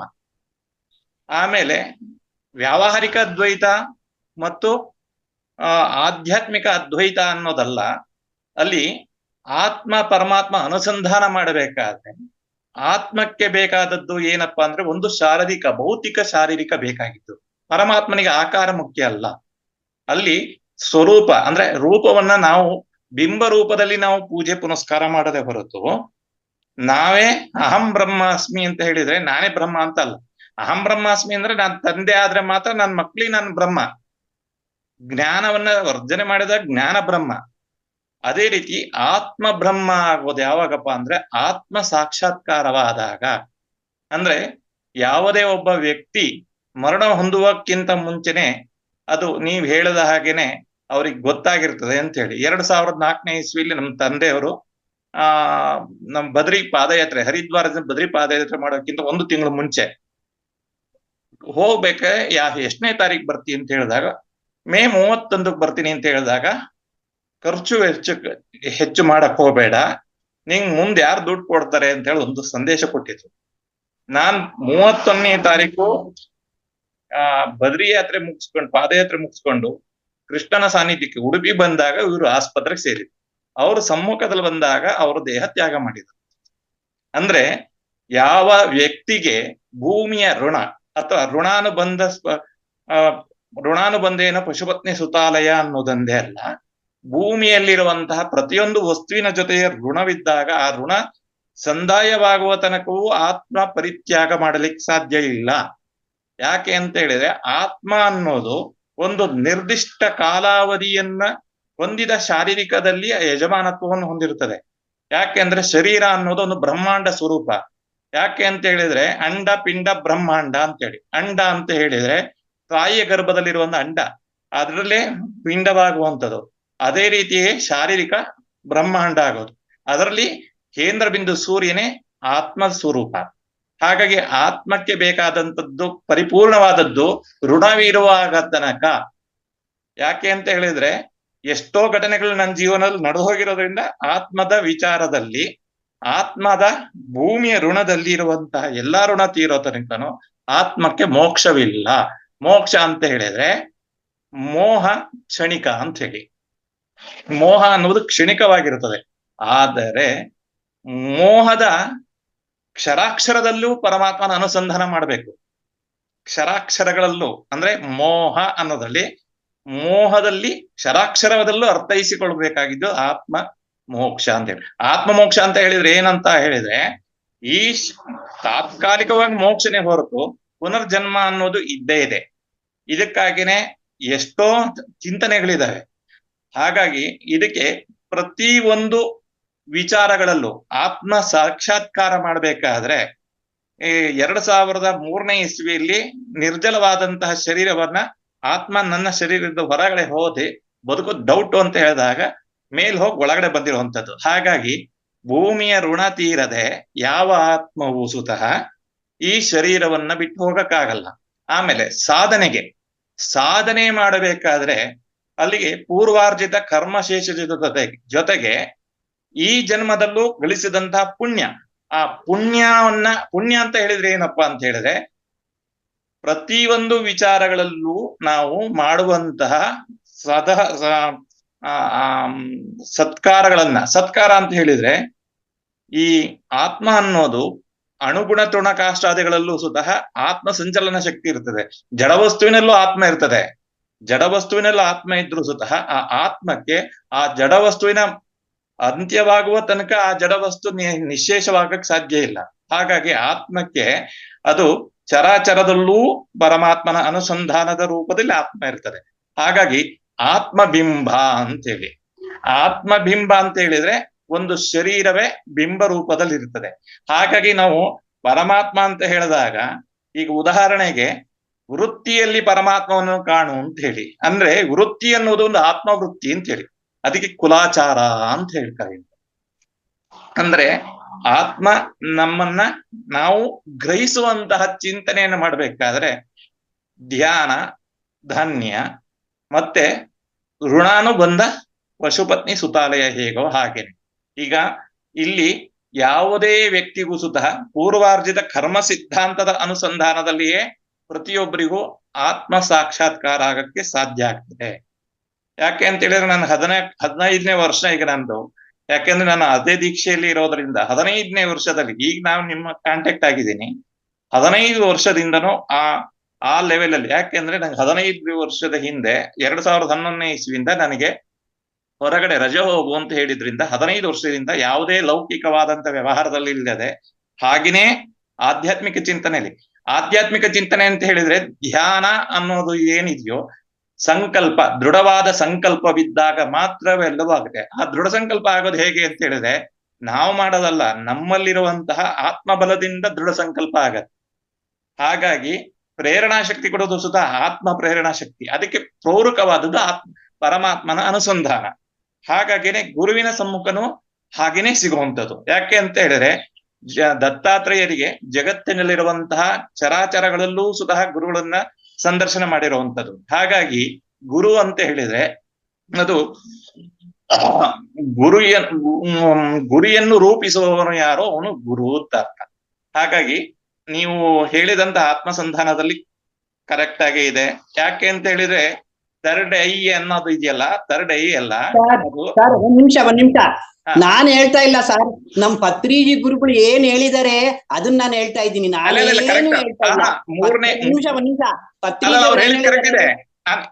ಥರ್ಡ್ ಐ ಅನ್ನೋದು ಇದೆಯಲ್ಲ, 3ನೇ ಕರ್ಣಲ್ಲ. ಈಗ ನಮ್ಮಲ್ಲಿರುವಂತಹ ಪಂಚೇಂದ್ರಿಯ ಜೊತೆಗೆ 6ನೇ ಇಂದ್ರಿಯ ಇದೆಯಲ್ಲ, 6ನೇ ಇಂದ್ರಿಯಕ್ಕೇನೆ ಥರ್ಡ್ ಐ ಅಂತ ಹೇಳಿದ್ರು. ಕೆಲವರಿಗೆ ಮಾತ್ರ ಅದು ಆ ಶಕ್ತಿ ಇರ್ತದೆ. ಅದು ಅನುಭವ ನಂಗೆ 2000 ಇಸ್ವಿಯಲ್ಲಿ 45 ಅಡಿ ಎತ್ತರದ ಮರದಿಂದ ಬೀಳಬೇಕಾದ್ರೆ ತಲೆ ಎತ್ತುಕೋ ಅಂತ ಹೇಳಿ ಒಂದು ಅಶರೀರವಾಣಿ ಆಯ್ತು. ಇದು ಆ 45 ಅಡಿಯಿಂದ ಬಿದ್ದು ನನಗೆ ಇವತ್ತಿಗೂ ಜೀವಂತವಾಗಿದ್ದೇನೆ. ಆದರೆ 4 ಕಡೆಯಿಂದ ಬಿದ್ದವರು ಆ ಸಂದರ್ಭದಲ್ಲೇ 3-6 ಜನ ಹೋಗ್ಬಿಟ್ರು. ಅಂದ್ರೆ ಅತೀಂದ್ರಿಯ ಶಕ್ತಿ ಅಂತ ಹೇಳಿದ್ರೆ 6ನೇ ಇಂದ್ರಿಯ ಶಕ್ತಿಯೇ ಥರ್ಡ್ ಐ ಅಂತ ಹೇಳೋದು. ಅಂದ್ರೆ ನಮ್ಗೆ ಕಾಣಿಸದೇ ಇರ್ತಕ್ಕಂಥದ್ದು ಅತೇಂದ್ರಿಯ ಶಕ್ತಿ ಅಂದ್ರೆ ಕನಸಲ್ಲಿ ಅತೇಂದ್ರಿಯ ಶಕ್ತಿ ಅಂತಂದ್ರೆ ಜಾಗೃತಾವಸ್ಥೆ, ಸ್ವಪ್ನಾವಸ್ಥೆ ಮತ್ತೆ ಸುಸುಪ್ತಿ ಇರ್ತೀವಲ್ವಾ, ಈ ಸುಸುಪ್ತಿನ ಅತೇಂದ್ರಿಯ ಶಕ್ತಿ ಅಂದ್ರೆ ನಮ್ಗ್ ಗೊತ್ತಿಲ್ದಾನೆ ಅದು ನಮಗ್ ಬರ್ತಾ ಇರುತ್ತೆ. ಅದು ಥರ್ಡ್ ಐ ವಿಷನ್ ಇರೋರು ಮಾತ್ರ ಗೊತ್ತಾಗುತ್ತೆ ಅಂತ. ಎಲ್ಲಾರು ಮಾಡ್ಬೋದು ಸರ್, ಎಲ್ಲಾರು ಬಹಳ ಸುಲಭ. ಅದಕ್ಕೆ ನಮ್ ಪತ್ರಿಜಿಯವ್ರು ಸುಲಭವಾಗಿ ಇಟ್ಬಿಟ್ರು, ಧ್ಯಾನ ಮಾಡಯ್ಯ, ಜ್ಞಾನ ಸಂಪಾದನೆ ಮಾಡ್ಕೋ. ಅದು ಧ್ಯಾನನೇ ಪ್ರಧಾನ. ನಿಮಿಷ ಸರ್, ನಮ್ ಪತ್ರಿಜಿಯವರು ಟಾಪ್ 1 ಗುರುಗಳು. ಅವರು ಮಾಧವ ಬ್ರಾಹ್ಮಣರೇ, ಪತ್ರಿಜಿಯವ್ರು ಮಾಧವ ಬ್ರಾಹ್ಮಣರೇ. ಅವ್ರು ಜಾತಿ ಹೇಳಿಲ್ಲ. ಅವರು ನಾನು ಒಂದ್ ವಿಚಾರ ಹೇಳ್ತೀನಿ. ಅಲ್ಲ ನೋಡಿ, ಜಾತಿ ಅನ್ನೋದು ಈಗ ಬಂದಿರೋದು ಜಾತಿ ಅಲ್ಲ, ಕುಲ. ಅದಕ್ಕೆ ನಾನು ಹೇಳಿದ್ದು ಕುಲಾಚಾರ ಅಂತ ಹೇಳಿ. ಕುಲ ಹೌದು. ಅಂತ ಹೇಳಿದ್ದು ಜಾತಿ ಬೇರೆ, ಜಾತಿ ಇಲ್ಲ. ಕುಲ ಅಂದ್ರೆ ನೀವು ಇಲ್ಲಿ ಜಾತಿ ಅನ್ನೋದು ಬರೋದಿಲ್ಲ, ಕುಲ ಸಂಸ್ಕಾರ ಅಂತ ಬರ್ತದೆ. ಜಾತಿ ಸಂಸ್ಕಾರ ಅಂತ ಏನ್ ಎಲ್ಲೂ ಕೆಲಸ ಇಲ್ಲ. ಮಾಡಿದ್ರು ಅದ್ರ ಮೇಲೆ ಕುಲ ಹೇಳಿದ್ರು ಅಷ್ಟೇನೇನೆ. ಅವ್ರವ್ರು ಹಾ. ಯಾವ್ಯಾವ ಕರ್ಮಗಳು ಮಾಡಿದ್ರು ಕೃಷ್ಣನ ಭಗವದ್ಗೀತೆ ಚಾತುರ್ವರ್ಣ್ಯ ಅವನು ಮಯ ಕರ್ಮಯೋಗನ ಗುಣಕರ್ಮ ಹೇಳಿದ್ದಾನೆ. ವಿಭಾಗಾಶಃ ಅಂತ ಹೌದು ಅವರವರ ಕುಲ ಮತ್ತು ಅವರವರ ಗುಣಗಳಿಂದ ನಾನು ಜಾತಿ ಹೇಳಿದೀನಿ ಅಂತ ಹೌದು ಹೌದು ಹೌದು ಹೌದು ಕೃಷ್ಣನೇ ಹೇಳ್ಬಿಟ್ಟಿದ್ದಾರೆ. ಅದ್ ಬಿಟ್ಬೇಡಿ, ಹೌದು. ಹೇಳಿದ್ದು ನಮ್ಮ ಪತ್ರಿಜಿಯವರ ಕ್ಯಾರೆಕ್ಟರ್ ಹೇಳ್ತಾ ಇರೋದು. ಟಾಪ್ ಅವ್ರೇನ್ ಹೇಳಿದ್ರು, ನಾನು ಒಂದ್ ಸ್ವಲ್ಪ ಮೇಲೆ ಇದ್ದೀನಯ್ಯ, ನೀವು ಧ್ಯಾನ ಸಾಧನೆ ಮಾಡಿ, ನಮಗೂ ನಿಮ್ಗೂ ಏನು ವ್ಯತ್ಯಾಸ ಇಲ್ಲ, ನಾನು ಸ್ವಲ್ಪ ಮೇಲೆ ಇದ್ದೀನಿ, ನೀವು ಸಾಧನೆ ಮಾಡಿದ್ರೆ ನೀವು ನನ್ ಸಮ ಆಗ್ಬೋದು ಅಂತ ಒಂದು ಬಹಳ ಅಲ್ಲ, ಸರಳವಾಗಿ ಹೇಳಿದ್ರು ಸರ್ ನಮ್ಮ ನೋಡಿ, ಪತ್ರಿಜಿಯವರು ಈ ಅಧ್ಯಾತ್ಮವನ್ನ. ಪತ್ರಿಜಿ ಅವರು ಹೇಳಿದ್ 100% ಸತ್ಯ, ನಾನು ಇಲ್ಲ ಅಂತ ಹೇಳ್ತಾ ಇಲ್ಲ. ಪ್ರತಿಯೊಂದು ಶರೀರದಲ್ಲಿರುವಂತಹ ಆತ್ಮಕ್ಕೂ ಅದಕ್ಕೆ ಆದಂತಹ ಕೇಂದ್ರೀಕೃತವಾದಂತಹ ವಿಚಾರವಿರುತ್ತದೆ. ಅದೊಂದು ಶರೀರ ಅನ್ನೋದು ಬ್ರಹ್ಮಾಂಡ ಅಂತ ಹೇಳಿದ್ದು ಅದಕ್ಕಾಗಿನೇ. ಅದ್ರ ಕೇಂದ್ರ ಬಿಂದು ಸೂರ್ಯನೇ, ಆತ್ಮನೇ ಸೂರ್ಯ ರೂಪದಲ್ಲಿರೋದು ಆ ಬ್ರಹ್ಮಾಂಡಕ್ಕೆ. ಹಾಗಾಗಿ ನವರಂಧ್ರಗಳು ಹೇಗೋ ಹಾಗೆ ನವಗ್ರಹಗಳು ನಮ್ಮ ಶರೀರದಲ್ಲಿದೆ. ಹಾಗೇನೆ 27 ನಕ್ಷತ್ರಗಳ ಭಾವವು ನಮ್ಮಲ್ಲಿದೆ. ಹಾಗೇನೆ 12 ರಾಶಿಯ ಗುಣಧರ್ಮವು ನಮ್ಮ ಶರೀರದಲ್ಲಿದೆ. ಹಾಗಾಗಿ ಒಬ್ಬ ಮಾನವ ಅಥವಾ ಒಂದು ಜೀವಿಯ ಶರೀರವು ಇದರಲ್ಲಿ ಆಯ್ತು, ಪ್ರದೀಪ್ ಸರ್ ಪಂಚಪ್ರಾಣ ಉಳಿದೆ ಅಲ್ವಾ, ಪ್ರಾಣ ಅಪಾನ ಸಮಾನ ವ್ಯಾನ, ಇವು ಮತ್ತೆ 5 ವಾಯುಗಳಾಗಿ, ಮತ್ತೆ ಅವು 28 ಕ್ರಿಯೆಗಳಾಗಿ, ಮತ್ತೆ 200 ಕ್ರಿಯೆಗಳಾಗಿ ನಮ್ಮ ಶರೀರದಲ್ಲಿ ಕೆಲಸ ಮಾಡಿ. Thank you sir, thank you very much. Thank you ಗುರುಜಿಗಳೇ, ಇಬ್ರು ಮಹಾನ್ ಗುರುಗಳು. ಒಳ್ಳೆ ಆರೋಗ್ಯಕರವಾದಂತ ಚರ್ಚೆ ನಡೀತಾ ಇದೆ. ಅಭಿನಂದನೆಗಳು. ಪ್ರದೀಪ್ ಜಿ, ತಮ್ಮಲ್ಲಿ ಒಂದು ಅರಿಕೆ ನಮ್ಮದು ಏನಂತಂದ್ರೆ, ಈ ಒಂದು ತಿಥಿಗಳು ನಕ್ಷತ್ರಗಳು ಹೆಂಗ್ ಹುಟ್ಟಿದ್ವು, ಆಮ್ಯಾಕೆ ಈ ಯೋಗಗಳು ಯಾವ ತರ ಹುಟ್ಟಿದ್ವು, ಕರ್ಮಗಳಂದ್ರೆ ಏನು, ಪುಣ್ಯ ಕರ್ಮ ಯಾಕೆ ಮಾಡ್ತಾ ಇದೀವಿ, ಪಾಪ ಪುಣ್ಯ, ಇವುಗಳ ಬಗ್ಗೆ ಸಮಯ ಸಿಕ್ಕಾಗ ತಮಗೆ ಸವಿಸ್ತರವಾಗಿ ಕೊಟ್ರೆ ನಮ್ಗದೊಂದಿಷ್ಟು ಜ್ಞಾನೋದಯ ಆಗುತ್ತೆ ಅಂತ ಹೇಳಿ ತಮ್ಮಲ್ಲಿ ಅರಿಕೆ ಮಾಡ್ಕೊಳ್ತಾ ಇದೀವಿ. ತುಂಬಾ ಧನ್ಯವಾದ. ಸಮಯದ ಅಭಾವ ಇರೋದ್ರಿಂದ 4 ಜನರದ ಒಂದು ಅನುಭವ ಶೇರಿಂಗ್ ತಗೊಳ್ತಾ ಇದೀವಿ. Over to Madhura madam. Thank you. Yes Sudha madam ಮಾತಾಡಿ. ಸರ್ ತುಂಬಾ ಚೆನ್ನಾಗಿ ಹೇಳಿದ್ರಿ. ಸರ್ ಹೆಸರು ಗೊತ್ತಿಲ್ಲ ನನ್ಗೆ, ರೆಡ್ಮಿ 9A ಅಂತಿದೆ ಅಲ್ಲ, ತುಂಬಾ ತುಂಬಾ ಚೆನ್ನಾಗಿತ್ತು ಸರ್. ನಾನಿಂತ ಎದ್ದೋಗ್ದಂಗ್. ನರೇಂದ್ರ ಸರ್ ಅಲ್ಲ, ಕೇಳಿಸ್ತಿದ್ದೇನಾ ಮೇಡಮ್? ಹಾ ಕೇಳ್ತಾ ಇದೆ ಮೇಡಮ್, ಮಾತಾಡಿ. ನರೇಂದ್ರ ತುಂಬಾ ಚೆನ್ನಾಗಿ, ಎಷ್ಟು ಚೆನ್ನಾಗಿ ಎಕ್ಸ್ಪ್ಲೇನ್ ಮಾಡಿದ್ರು ಅಂದ್ರೆ, ನಮ್ ಲೈಫ್ ಅಲ್ಲಿ ಏನೇನಕ್ ನಾವ್ ಆಸೆ ಪಡ್ತೀವಿ, ಹಿಂಗೆ ಆತ್ಮ ಅಂದ್ರೇನು, ಒಂದ್ ಕಡೆಯಿಂದ ಎಲ್ಲ ಹೇಳ್ಕೊಂಡ್ ಬಂದ್ರು. ಥರ್ಡ್ ಐ ವರ್ಗುನು ತುಂಬಾ ಚೆನ್ನಾಗಿ ಹೇಳಿದ್ರು ಸರ್, ತುಂಬಾ ಚೆನ್ನಾಗಿ ಹೇಳಿದ್ರಿ sir. Thank you. Thank you ma'am, thank you. Thank you Sudha madam, thank you. Masters, ನಿನ್ನೆ ಕ್ಲಾಸಿಂದ ವಿಡಿಯೋ ಲಿಂಕ್ ಬಂದಿದೆ ಚಾಟ್ ಬಾಕ್ಸ್ ಅಲ್ಲಿ. ಎಲ್ಲರೂ ಒಮ್ಮೆ ಲೈಕ್ ಮಾಡಿ, ಕಾಮೆಂಟ್ ಮಾಡಿ, ಎಸ್ ಅಂತ ಹಾಕಿ ಮೇಡಮ್. ಮಾಸ್ಟರ್ಸ್ ಎಲ್ಲರೂ ಹಾಕಿ, ಯಾಕಂದ್ರೆ ಅದು ನಿನ್ನೆ ತುಂಬಾ ಚೆನ್ನಾಗಿ ಕೊಟ್ಟಿದ್ದಾರೆ. ನಿನ್ನಿನ ಕ್ಲಾಸು ತುಂಬಾ ಅದ್ಭುತವಾಗಿತ್ತು. ಎಲ್ರು ನೋಡಿ ಅನ್ನೋ ಒಂದು ಉದ್ದೇಶದಿಂದ ನಾವು ಹಾಕಿದೀವಿ. ಎಲ್ರು ಲೈಕ್ ಮಾಡಿ. ಮಾಸ್ಟರ್ಸ್, ಮತ್ತೆ ಯಾರ್ದಾದ್ರು ಏನಾದ್ರು ಕ್ವಶನ್ಸ್ ಕೇಳೋದಿದ್ರೆ ನವೇನ್ ಸರ್ ಇದ್ದಾರೆ. ವೇದಾವತಿ ಮೇಡಮ್ ಮಾತಾಡಿ.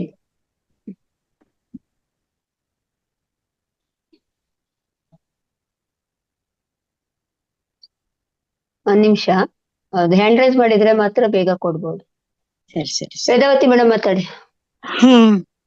ಎಲ್ರಿಗೂ ನಮಸ್ಕಾರ. ಹರೇಂದ್ರ ಸರ್ ಅವ್ರಿಗೂ ನಮಸ್ಕಾರ. ಶರಣಾರ್ಥಿ, ನಮ್ಮ ಶರಣಾರ್ಥಿ. ಶರಣಾರ್ಥಿಗಳು ಸರ್.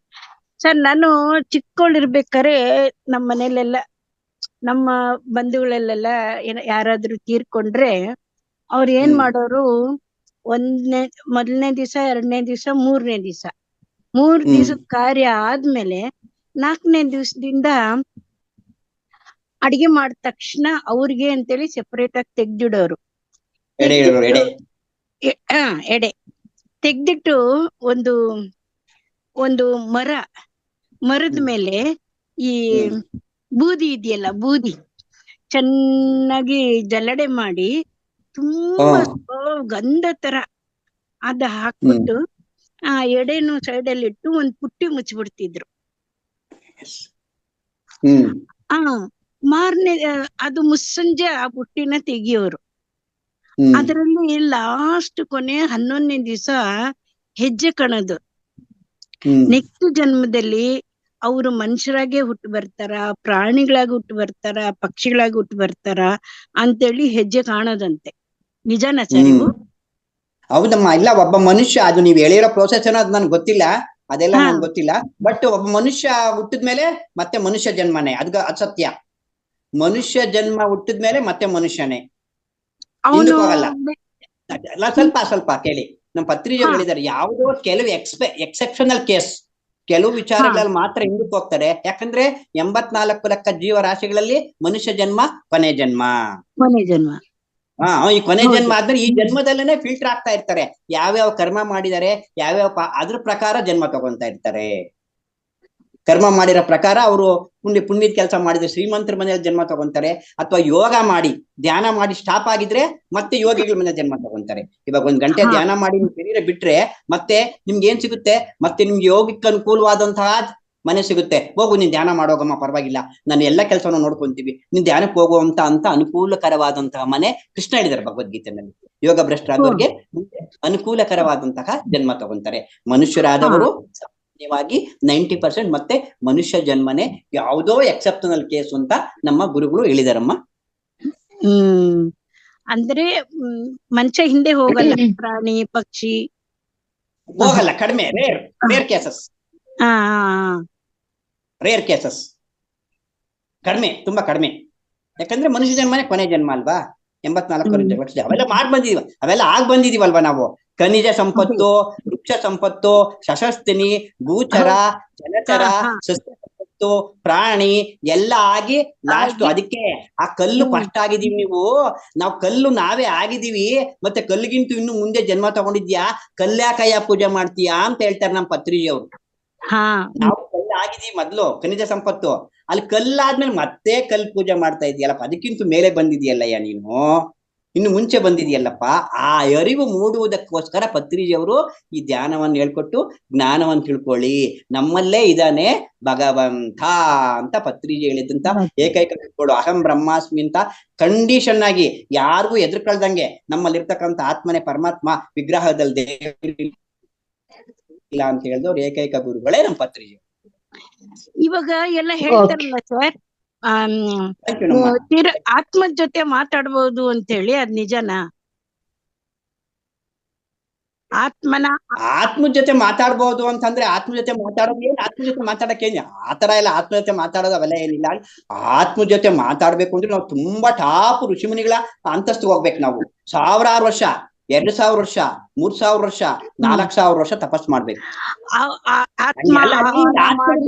ಆತ್ಮ ಜೊತೆ ಮಾತಾಡೋ ಅವಶ್ಯಕತೆನೇ ಇರಲ್ಲ. ಒಂದು ಆತ್ಮ ಶರೀರ ಬಿಟ್ಟೋದ್ಮೇಲೆ ಅವ್ರ ಡಿಸೈನ್ ಬೇರೆ ಇರುತ್ತೆ, ಅವ್ರ ಲೆಕ್ಕಾಚಾರದಲ್ಲಿ ಹೊರಟೋಗ್ಬಿಟ್ಟಿರ್ತಾರೆ. ಅವ್ರು ಎಲ್ಲಿ ಜನ್ಮ ತಗೋಬೇಕು ಅಲ್ಲಿ ಜನ್ಮ ತಗೋತಾರೆ. ಅದೇನೋ ಅಷ್ಟು ನಮ್ಗೆ ಅನುಭವ ಇಲ್ಲ. ಪತ್ರಿಜಿ ಅದೇ ಹೇಳಿರೋದು, ಹೊರಟೋಯ್ತು. ಈ ಜನ್ಮ ಮುಗಿದ್ಮೇಲೆ ಮತ್ತೆ ಬರಲ್ಲ. ಅವ್ರ ಆತ್ಮನೇ ಬೇರೆ. ನಮ್ ಭೂಲೋಕದಲ್ಲಿ ಇರೋವರೆಗೂ ಮಾತ್ರನೇ ನಮ್ಗೂ ಅವ್ರಿಗೂ ಸಂಬಂಧ. ಭೂಲೋಕದ ಕತೆ ಮುಗಿದ್ಮೇಲೆ ಅವ್ರು ಎಲ್ಲಿ ಜನ್ಮ ತಗೋಬೇಕು ಅಂತ ಅವ್ರು ಬೇರೆ, ಅವ್ರು ನಮ್ಗೆ ಸಂಬಂಧನೇ ಇಲ್ಲ. ಅವ್ರು ಬೇರೆ ಹೊರಟೋಗ್ಬಿಟ್ಟಿರ್ತಾರೆ. ಇನ್ನು ಆತ್ಮ ಜೊತೆ ಮಾತಾಡೋದಿನ್ನೇನು ಅಲ್ವಾ? ಥ್ಯಾಂಕ್ ಯು ನಮ್ಮ ವೇದವತಿ ಮೇಡಮ್, ಜ್ಯೋತಿ ನಿಮ್ಮ ಒಂದು ಕ್ವಶನ್ ಇಂದ ಎಲ್ಲರಿಗೂ ಉತ್ತರ ಸಿಕ್ಕದಂಗ ಆಯ್ತು madam. Thank you. Jyoti madam ಮಾತಾಡಿ. ನಮಸ್ತೆ ಮೇಡಮ್. ನಮಸ್ತೆ. ಬಾಬಾ ಪತ್ರಿಜಿ ಸರ್ಗೂ ಮತ್ತೆ ಸ್ವರ್ಣಮಾಲ ಅಮ್ಮನವರಿಗೆ ಮತ್ತೆ ನರೇಂದ್ರ ಸರ್ಗೂ ಮಧುರಾ ಮೇಡಮ್ಗೂ ನನ್ನ ಕೋಟಿ ನಮನ. ಈ ಒಂದು ಸೆಕ್ಷನ್ ತುಂಬಾನೇ ಅದ್ಭುತವಾಗಿದೆ. ಪ್ರತಿದಿನ ಕೂಡ ಒಂದು ಅದ್ಭುತ ಶಕ್ತಿಗಳ ಜೊತೆ ನಾವು ಪಯಣಿಸ್ತಾ ಇದ್ದೀವಿ. ತುಂಬಾ ಅದ್ಭುತವಾಗಿದೆ ಧ್ಯಾನ ಲೋಕ. ಅಂದ್ರೆ ನನ್ನಲ್ಲಿ 1000 ಕ್ವಶನ್ ಬರ್ತಾ ಇತ್ತು. ಏನೇ ಒಂದ್ ಬಂದ್ರು ನನ್ ಕಣ್ಮುಂದೆ ಇದೆ, ಯಾವ್ದು ನನಗ್ ಸಿಗ್ತಾ ಇಲ್ಲ. ಅಂದ್ರೆ ನನ್ನಲ್ಲಿ ಏನೋ ಒಂದ್ ಕ್ವಶನ್, ನಾನು ಏನಕ್ಕೋ ಹುಟ್ಟಿದೀನಿ, ನನ್ನಿಂದ ಏನೋ ಒಂದ್ ಆಗ್ಬೇಕಿದೆ, ಬಟ್ ನಾನು ಅದ್ರ ಬಗ್ಗೆ ನಾನು ಹೇಗ್ ತಿಳ್ಕೊಬೇಕು, ಯಾವ ಮುಖಾಂತರ ತಿಳ್ಕೊಬೇಕು, ತುಂಬಾ ಕ್ವಶನ್ ಕಾಡ್ತಾ ಇತ್ತು ನನಗೆ.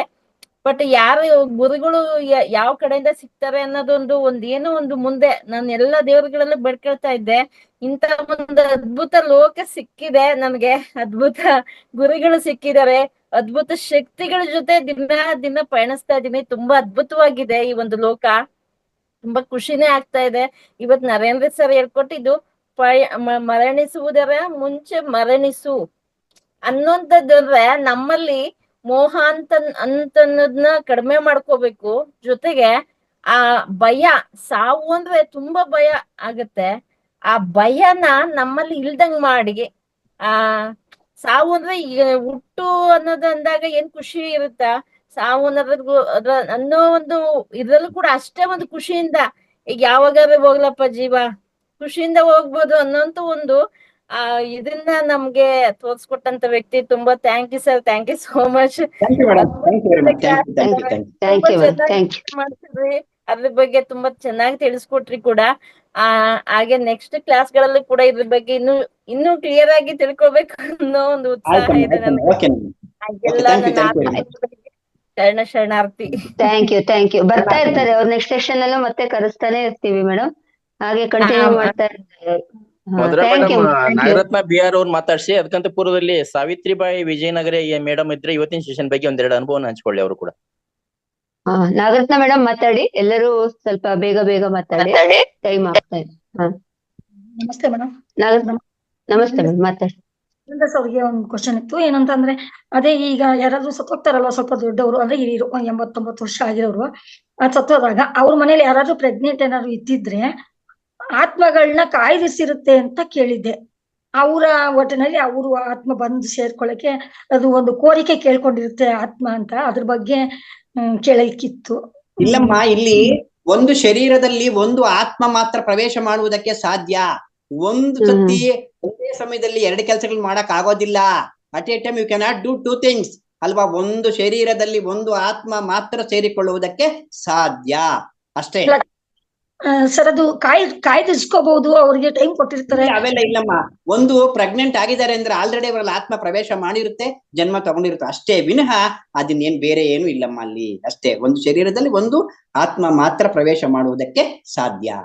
ಅದು ಆತ್ಮ ಜನ್ಮ ತಗೊಂಡ್ಮೇಲೆ ಅದ್ರ ಗುಣಗಳನ್ನ ಬದಲಾಯಿಸಿ ಮಾಡ್ಕೋಬಹುದು. ಮುಂಚೆ ಇದ್ದಿರ್ತಕ್ಕಂಥ ಗುಣಗಳು ದಿಗ್ಗಜರು ಅಂದ್ರೆ 2 ಸತಿ ಹುಟ್ಟೋದು. 2 ಸತಿ ಹುಟ್ಟೋದು ಅಂದ್ರೆ ಧ್ಯಾನ ಮಾಡುವುದಕ್ಕಿಂತ ಮುಂಚೆ ಅವರ ಗುಣ ಅವಶೇಷಗಳು ಬೇರೆ ಇರುತ್ತೆ. ಧ್ಯಾನ ಮಾಡಿದ್ಮೇಲೆನೆ ಸಂಪೂರ್ಣವಾಗಿ ಅವರು ಹೊಸ ಜನ್ಮ ತಗೊಂಡೋ ತರ ಇದ್ ಮಾಡ್ತಾರೆ. ಅವ್ರನ್ನ ದಿಗ್ಗಜರು ಅಂತಾರೆ ಹೊರತು ಒಂದು ಶರೀರದಲ್ಲಿ ಒಂದು ಆತ್ಮ ಮಾತ್ರ ಪ್ರವೇಶ ಮಾಡೋದಕ್ಕೆ ಸಾಧ್ಯ ಪತ್ರಿಜಿ ಹೇಳಿರೋದು. ಆಯ್ತು ಸರ್, ಗೊತ್ತಾಯ್ತು ಸರ್, ನನ್ಗೆ ಅರ್ಥ ಆಯ್ತು ಇವಾಗ. ಅದೇ 3 ತಿಂಗಳು ಆದ್ಮೇಲೆ ಅಷ್ಟ್ ಮೊದ್ಲೇ ಏನಾದ್ರು ಆಗಿದ್ರೆ ಅಂತ, ಅಂದ್ರೆ 3 ತಿಂಗಳು ಆದ್ಮೇಲೆ ಅದು ಆತ್ಮ ಬಂದ್ ಸೇರೋದು, ಅದಕ್ ಮೊದ್ಲೇ ಇರಲ್ಲ ಅಂತ. ಇಲ್ಲಮ್ಮ, ಇಲ್ಲಿ ಯಾರ ಆತ್ಮ ಸೇರ್ಕೊಳ್ಳೋದು ಅಂದ್ರೆ ಒಂದ್ ವೇಳೆ ನಿಮ್ಮ ಮನೇಲಿ ಯಾರು ಹಿರಿಯರು ಇರ್ತಾರೆ, ಎಂದೋ ಶರೀರ ಬಿಟ್ಟಿರ್ತಾರೆ. ಎಂದೋ ಶರೀರ ಬಿಟ್ಟಿರೋರು ಅವ್ರ ಆಸೆ ಈಡೇರಿರಲ್ಲ. ಏನು, ನಾನು ಈ ಮನೆ ಜನ್ಮ ತಗೋಬೇಕು ಅಂತ ಹೇಳಿ ಎಂದೋ ಇರೋರು ಬಂದ್ರು ಬರ್ಬೋದು, ಹೇಳಕ್ಕಾಗಲ್ಲ. ಯಾಕಂದ್ರೆ ಅವ್ರಿಗೆ ಆಸೆ ಇರುತ್ತೆ, ನಾನು ಈ ಮನೇಲಿ ಹುಟ್ಟಬೇಕು, ನನ್ನ ಆಸೆ ಈಡೇರಿಸ್ಕೊಂಡಿಲ್ಲ ಅಂತ. ಅವ್ರು ಮತ್ತೆ ಒಂದು ತಾಯಿ ಗರ್ಭದ ಜನ್ಮ ತಗೋಬಹುದು, ಅದರಲ್ಲಿ ಆಶ್ಚರ್ಯ ಏನಿಲ್ಲ. ಯಾಕೆಂದ್ರೆ ಅವ್ರ ತರನೇ ಗುಣಲಕ್ಷಣಗಳೆಲ್ಲ ಹೊಂದಿರ್ತಾರೆ ಒಬ್ರು. ಈ ತಾತ ಸತ್ತೋದ್ರೆ ಇಲ್ಲಿ ಗುಣಲಕ್ಷಣಗಳು ಹಂಗ್ ಬರಲ್ಲಮ್ಮ. ಗುಣಲಕ್ಷಣಗಳು ಶರೀರ ಮಾತ್ರ ಅವ್ರ ಜೊತೆಲಿ ಹಂಚ್ಕೊಂತ ಇರುತ್ತೆ. ಗುಣಲಕ್ಷಣಗಳು ಕರ್ಮಾನುಸಾರ ಬುದ್ಧಿ. ಗುಣ ಅಂದ್ರೆ ಬುದ್ಧಿ ಅಂದ್ರೆ ಏನು, ಗುಣಗಳು ಕರ್ಮಾನುಸಾರ. ಅವ್ರೇನ್ ಕರ್ಮ ಮಾಡಿರ್ತಾರೆ ಅದ್ರ ಪ್ರಕಾರ ಗುಣಗಳು ಬರ್ತವೆ. ಏನೋ ಸ್ವಲ್ಪ ಹೋಲಿಕೆ ಜೊತೆಲೇ ಇರ್ತೀವಲ್ವಾ. ಇವಾಗ ಎಕ್ಸಾಂಪಲ್ ಕೊಡ್ತೀನಮ್ಮ ನಾನು. ಮಾಂಸಾಹಾರ ತಿನ್ನೋರ್ ಮನೆಗಳೆಲ್ಲ ಮಾಂಸಾಹಾರ ತಿನ್ನೋದೇ ಕಲ್ತ್ಕೊಂತ ಇರ್ತಾರೆ, ಕರೆಕ್ಟಾ? ಸಸ್ಯಾಹಾರಿಗಳ ಜೊತೆಲಿರೋರು ಸಸ್ಯಾಹಾರ ತಿನ್ನೋದೇ ಕಲ್ತ್ಕೊಂತ ಇರ್ತಾರೆ. ಒಂದು ಸಜ್ಜನರ ಮನೆಯಲ್ಲಿ ಅವ್ರೇನೇನು ಒಳ್ಳೊಳ್ಳೆ ಮಾತುಗಳು ಮಾತಾಡ್ತಾ ಇರ್ತಾರೆ, ಆ ಗುಣಗಳೇ ಬರ್ತಾ ಇರುತ್ತೆ ಅಲ್ವಾ. ಇವ್ರು ಬಸವಣ್ಣವ್ರು ಹೇಳವ್ರೆ, ಒಂದು ಅರಣ್ಯದಲ್ಲಿ ಮರಗಳಿದ್ರೆ ಒಂದು ಇದಿರುತ್ತೆ, ಸಿರಿಗಂಧದ ಮರ ಇರುತ್ತೆ. ಸಿರಿಗಂಧದ ಮರ ಇದ್ದಾಗ ಏನಾಗುತ್ತೆ, ಅದು ಎಲ್ಲಾ ಆ ಪರಿಮಳ ಸೂಸಿ ಬೀಸಿ ಇರತಕ್ಕಂಥ ಮರಗಳೆಲ್ಲವೂ ಸಿರಿಗಂಧನೇ ಆಗ್ತವೆ. ಹಂಗೆ ಲಿಂಗವಂತರ ಸಜ್ಜನದಲ್ಲಿರಲು ಕೇಡುಂಟೆ ಕೂಡಲ ಸಂಗಮ ದೇವ ಅಂತ ಹೇಳ್ತಾರೆ.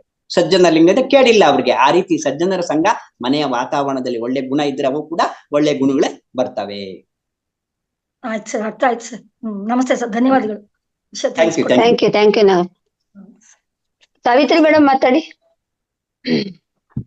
ಸಾವಿತ್ರಿ ಅಮ್ಮ ಮಾತಾಡಿ. ಎಲ್ಲರಿಗೂ ಶರಣಾರ್ಥಿಗಳು, ನರೇಂದ್ರ ಗುರುಗಳಿಗೆ ಶರಣಾರ್ಥಿಗಳು. ಅದ್ಭುತವಾದ ವಿಷಯ ಇವತ್ತು. ಪರಮಾತ್ಮನ ಕಿಡಿಗಳು ನಾವೆಲ್ಲ, ಪರಮಾತ್ಮನ ಚೇತನಗಳು ನಾವೆಲ್ಲ. ದ್ವಿಜರು ಅಂದ್ರೆ ಅಕ್ಕ ಒಂದ ಕಡೆ ಹೇಳಿದಾಳಲ್ರಿ, ಹುಟ್ಟಿದೇ ನಾ ಗುರುವಿನ ಹಸ್ತದಲ್ಲಿ. ಯಾವಾಗ ತಾಯಿ ತಂದೆಗಳ ಒಡಲಿನಿಂದ ಹೊರ ಬಂದಾಗ ನಿಜವಾದ ಹುಟ್ಟು ನನ್ನದಲ್ಲ.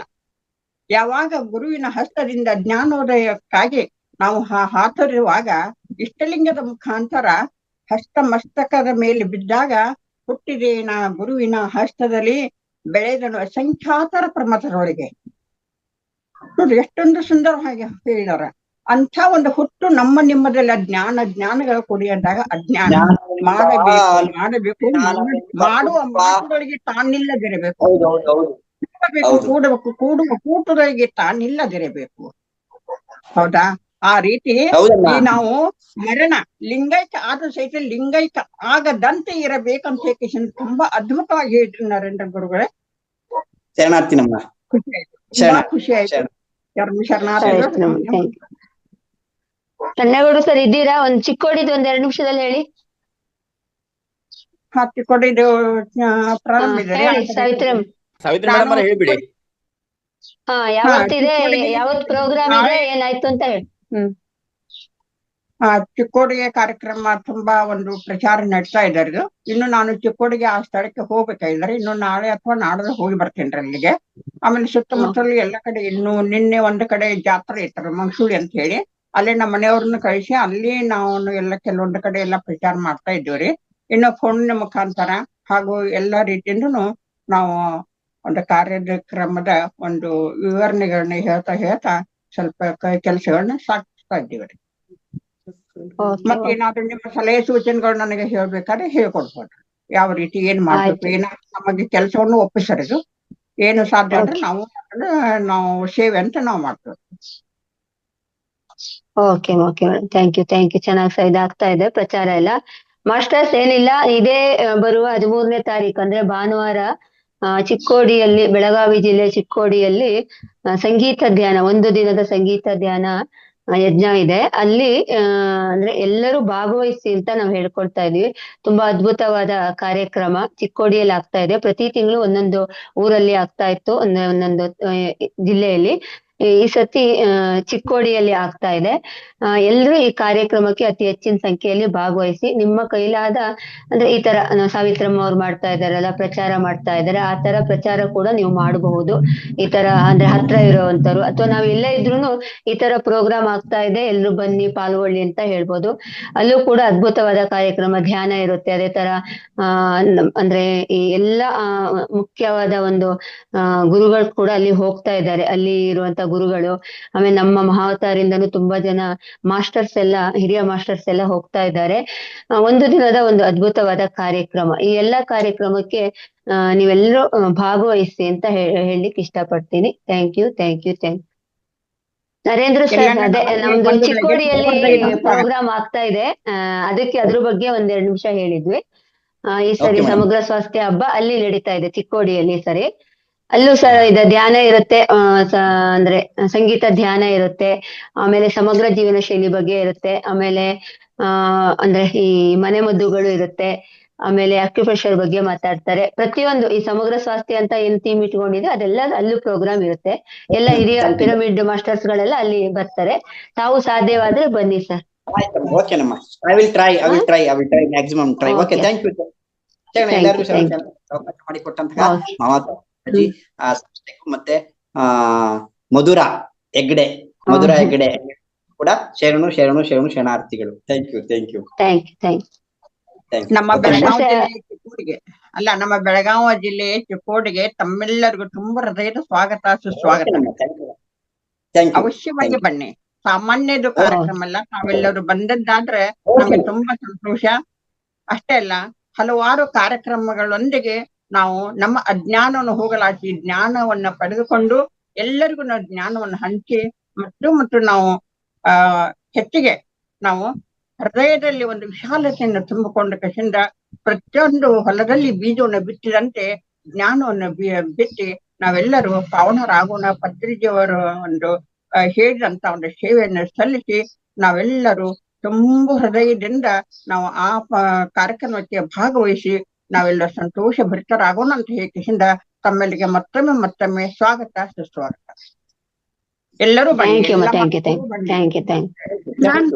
ಶೈಲಜಾ ಮೇಡಮ್ ಮಾತಾಡ್ಬೇಕಾ? ಲಾಸ್ಟ್ ಮೇಡಮ್ ಮಾತಾಡಿ ಲಾಸ್ಟ್. ನಮಸ್ತೆ ಮೇಡಮ್, ಎಲ್ಲಾ ಮಾಸ್ಟರ್ಸ್ಗೂ ನಮಸ್ಕಾರ. ತುಂಬಾ ಇವತ್ತಿನ ಟಾಪಿಕ್ ಇವ್ರ ಸರ್ದು ಬಹಳ ಚೆನ್ನಾಗಿತ್ತು ಮೇಡಮ್. ಎಷ್ಟು ಅಂದ್ರೆ ಯಾವ ತರ ನಾವು ಮೋಕ್ಷನ್ ಪಡಿಬೇಕು, ಪ್ರತಿಯೊಂದು ಆತ್ಮಜ್ಞಾನದಿಂದ ಹಿಡ್ಕೊಂಡು ಎಂಡ್ವರೆಗೆ ಈ ಒಂದು ಟಾಪಿಕ್ ಕೇಳಿದ್ರೆ ನಾವು ಯಾವ ತರ ನಮ್ಮಲ್ಲಿ ಬದಲಾವಣೆ ಮಾಡ್ಬೇಕು, ಅನ್ನೋದನ್ನ ಬಹಳ ನೀಟಾಗಿ ಸುಸೂತ್ರವಾಗಿ ಹೇಳಿದ್ರು. ಅದೇ ತರ ನಮ್ಮ ಶರಣರದು 12ನೇ ಶತಮಾನದಲ್ಲಿ ಯಾವ ತರ ಅನುಭವ ಮಂಟಪದಿಂದ ಜ್ಞಾನವನ್ನು ಎಲ್ಲರಿಗೂ ಹಂಚುತ್ತಾ ಇದ್ರು ವಚನಕಾರರೆಲ್ಲ. ಎಷ್ಟು ಚೆನ್ನಾಗಿ ಬಸವೇಶ್ವರದು ಪ್ರತಿಯೊಬ್ಬರದು ವಚನಗಳನ್ನ ಹೇಳಿ ಎಕ್ಸ್ಪ್ಲನೇಷನ್ ಕೊಟ್ರು. ಬಹಳ ಚೆನ್ನಾಗಿತ್ತು ಅದ್ರ ಮೇಡಮ್. ಇವತ್ತಿನ ಟಾಪಿಕ್ ಕೇಳಿದವರೆಲ್ಲ ನಿಜವಾಗ್ಲೂ ಒಂಥರ ಮನಸ್ಸಲ್ಲಿ ನೆಮ್ಮದಿ ಶಾಂತಿನೇ ಬಂದಿರುತ್ತೆ ಅನಿಸ್ತಾ ಇದೆ. ಅಷ್ಟು ಚೆನ್ನಾಗಿತ್ತು. ಅವ್ರಿಗೂ ನರೇಂದ್ರ ಸರ್ ಆಮೇಲೆ ಬಂದ್ರೇನೆ ಹಾಗೆ ಮೇಡಮ್. ನಮ್ಮ ನರೇಂದ್ರ ಸಾವಿತ್ರಿ ಸರ್ ಅತ್ತೆಯವರು ಬಂದ್ರೆ ಇದ್ದಾರೆ ಹಾಗೆ. ಕ್ಲಾಸ್ ಅಲ್ಲಿ. ಅವರು ಹೇಳ್ತಾ ಇದಾರೆ ಶರಣರ ಬಗ್ಗೆ ಎಲ್ಲ. ಅವ್ರದ್ದು ಟಾಪಿಕ್ ಮೊನ್ನೆ ಬಹಳ ಚೆನ್ನಾಗಿ ಬಂತು. ಅತ್ತೆಯವ್ರಿಗೆ ಕೇಳಿಸ್ತಾ ಇದೆಯಾ? ಹಾ ಕೇಳ್ತಾ ಇದೆ. ಬಹಳ ಮುಂದಿನ ಟಾಪಿಕ್ ನಿಮ್ದಾದ್ರೂ ಶರಣರ ಬಗ್ಗೆ ಅನುಭವ ಮಂಟಪದ್ದು ಜ್ಞಾನ ಮಾರ್ಗ ಬಹಳ ಚೆನ್ನಾಗಿ ಹೇಳ್ಕೊಟ್ರಿ. ಬಹಳ ದಿನ ಮಾತಾಡಕ್ ಆಗ್ಲಿಲ್ಲ ಕೆಲಸದಲ್ಲಿ ಇರೋದ್ರಿಂದ. ಆಮೇಲೆ ಚಿಕ್ಕೋಡಿ ನಮ್ಮೂರ್ ಇರೋದ್ರಿಂದ ನಮಗೂ ಸ್ವಲ್ಪ ಹೆಮ್ಮೆ ಇದೆ. ನಮ್ ತಾಲೂಕದು ನಾವು ಇರೋ ಪ್ರಾಪರ್ ಆ ಕಡೆ. ಹಾಗಾಗಿ ನಾವು ಸಾಕಷ್ಟು ಅದಕ್ಕೆ ಎಷ್ಟು ಬೇಕು ಅಷ್ಟು ಶ್ರಮ ವಹಿಸಿ ಪ್ರಯತ್ನ ಅಂದ್ರೆ ಎಲ್ಲರಿಗೂ ಪ್ರಚಾರ ಮಾಡಕ್ಕೆ ಇದು ಮಾಡ್ತಾ ಇದೀವಿ. ಆಮೇಲೆ ನಮ್ಮ ಮನೆಯವರು 1-2 ದಿನ ಮುಂಚೆನೆ ಹೋಗಿ ಅಲ್ಲಿ ಆದಷ್ಟು ಅವ್ರ ಪ್ರಚಾರ ಕಾರ್ಯ ತೊಡಗಿಸ್ಕೊಳ್ತಾ ಇದ್ದಾರೆ. ಆದಷ್ಟು ಎಲ್ಲ ಮಹಾವತಾರ ಫೌಂಡೇಶನ್ ಇನ್ನಷ್ಟು ಜ್ಞಾನ ಎಲ್ಲರಿಗೂ ಬೇಕು ಅಂತಾನೆ ಅನಿಸ್ತಾ ಇದೆ ಮೇಡಮ್. ಬಹಳ ಚೆನ್ನಾಗಿ ಈಗಂತೂ ಬರ್ತಾ ಇರೋ ಕ್ಲಾಸಸ್ ಎಲ್ಲ ಚೆನ್ನಾಗಿದೆ. ಅಂದ್ರೆ ಪ್ರತಿಯೊಬ್ರು ಈ ಜ್ಞಾನ ಹಂಚಿಕೆ ಇದೆಯಲ್ವಾ ಪತ್ರಿಜಿ ಗುರುಗಳದ್ದು, ನಿಜವಾಗ್ಲೂ ಇದು ಒಂಥರ ಯಾವ ತರ ನಾವು ಅದನ್ನ ವರ್ಣನೆ ಮಾಡಕ್ ಆಗೋಲ್ಲ ಮೇಡಮ್. ಯಾಕಂದ್ರೆ ಇಂತ ಅನುಭವ ಪ್ರತಿಯೊಂದು ಸಾಮಾನ್ಯ ಜನರಿಗೂ ತಲುಪಿಸ್ತಾ ಇದಾರಲ್ಲ ಈ ಧ್ಯಾನ ಮಾರ್ಗದ ಮೂಲಕ. ಅದು ಖಂಡಿತ ನಿಜವಾಗ್ಲೂ ನಾವೆಲ್ಲ ಒಂಥರ ಹೆಮ್ಮೆ ಪಡೋದು. ಆಮೇಲೆ ನಮ್ಮ ಹೆಮ್ಮೆನೆ ಅನ್ಸುತ್ತೆ. ಒಂಥರ ಪುಣ್ಯದ ಕೆಲಸ ಇದೆಲ್ಲ. ತುಂಬಾ ಧನ್ಯವಾದಗಳು. ನೀವೆಲ್ಲ ತುಂಬಾ ಪ್ರಚಾರ ಮಾಡ್ತಾ ಇದ್ದೀರಾ. Thank you madam. ತುಂಬಾ ಇಲ್ಲಿ ಇರೋದ್ರಿಂದ ಎಷ್ಟು ಒಬ್ರಿಗೆ ಹೋಗಕ್ ಆಗ್ತಾ ಇದೆ, ನನಗ್ ಆಗ್ತಾ ಇಲ್ಲ. ಬಟ್ ಅವ್ರಿಗೆ ಹೋಗಿ ಅಲ್ಲಿ ಮಾಡ್ತೀನಿ ಅಂದಿದ್ದಾರೆ. ಇಲ್ಲಿಂದಾನೇ ನಮ್ ರಿಲೇಷನ್ಸ್ಗೆ ಬಂಧು ಬಳಗಕ್ಕೆಲ್ಲ ಹೇಳ್ತಾ ಇದೀವಿ. ಆದಷ್ಟು ಜನರನ್ನ ಪ್ರಯತ್ನ ಇದೆ ಮೇಡಮ್. ತುಂಬಾ ಧನ್ಯವಾದಗಳು. ಎಲ್ಲರಿಗೂ ನರೇಂದ್ರ ಸರ್, ನಮ್ಮ ಇವತ್ತಿನ ಕಾರ್ಯಕ್ರಮಕ್ಕೆ ಒಂದು ಅದ್ಭುತವಾದ ಒಂದು ಜ್ಞಾನ ಹಂಚಿದೀರಾ ನಮ್ಗೆಲ್ಲರಿಗೂ. ನಿಮಗೆ ತುಂಬಾ ಹೃದಯದ ಧನ್ಯವಾದಗಳು ಸರ್. Thank you. ಇವತ್ತಿನ ಕಾರ್ಯಕ್ರಮ ಸಂಪನ್ನಗೊಳಿಸೋಣ. ಸಮಯ ಆಗ್ತಾ ಇದೆ ಮಾಸ್ಟರ್ಸ್. ನಾವು ಇವತ್ತು ಧ್ಯಾನದ ನಂತರ ಒಂದು ಅದ್ಭುತವಾದ ಒಂದು ಜ್ಞಾನವನ್ನು ತಿಳ್ಕೊಂಡ್ವಿ. ಧ್ಯಾನದ ಜೊತೆಗೆ ಜ್ಞಾನವನ್ನು ಹಂಚಿದ್ದಾರೆ ನಮ್ಮ ನರೇಂದ್ರ ಸರ್ ಅವರು. ತುಂಬಾ ಚೆನ್ನಾಗಿತ್ತು ಇವತ್ತಿನ ಟಾಪಿಕ್. ತುಂಬಾ ಅದ್ಭುತವಾಗಿ ಹಂಚಿದ್ದಾರೆ. ಅದನ್ನು ತಿಳ್ಕೊಂಡು ಅವರಿಗೂ ಕೂಡ ತುಂಬಾ ಹೃದಯದ ಧನ್ಯವಾದಗಳು. ಹಾಗೆಯೇ ಈ ಜೂಮ್ ವೇದಿಕೆಯಲ್ಲಿ ಇಲ್ಲಿಯ ತನಕ ನೀವೆಲ್ಲ ತುಂಬಾ ಶಾಂತ ರೀತಿಯಿಂದ ಕುಳ್ಕೊಂಡು ಈ ಕಾರ್ಯಕ್ರಮವನ್ನು ಕೇಳಿಸ್ಕೊಂಡಿದ್ದೀರಾ. ನಿಮ್ಗೂ ಕೂಡ ಅನಂತ ಧನ್ಯವಾದಗಳು. ಹಾಗೆಯೇ ಮಹಾವತಾರ್ ಫೌಂಡೇಶನ್ ಸಿಬ್ಬಂದಿ ವರ್ಗಕ್ಕೂ ಕೂಡ, ಹಾಗೆ ಮಹಾವತಾರ್ ನಮ್ಮ ರಂಗನಾಥ್ ಸರ್ ಅವರಿಗೂ ಕೂಡ, ಹಾಗೂ ಪತ್ರಿಜಿ ಅವರಿಗೂ ಕೂಡ, ಹಾಗೆ ಬಾಬಾ ಅವರಿಗೂ ಕೂಡ ಅನಂತವಾದ ಧನ್ಯವಾದಗಳನ್ನ ಹೇಳ್ತಾ ಈ ಕಾರ್ಯಕ್ರಮವನ್ನು ಸಂಪನ್ನಗೊಳಿಸ್ತಾ ಇದ್ದೀನಿ. Thank you.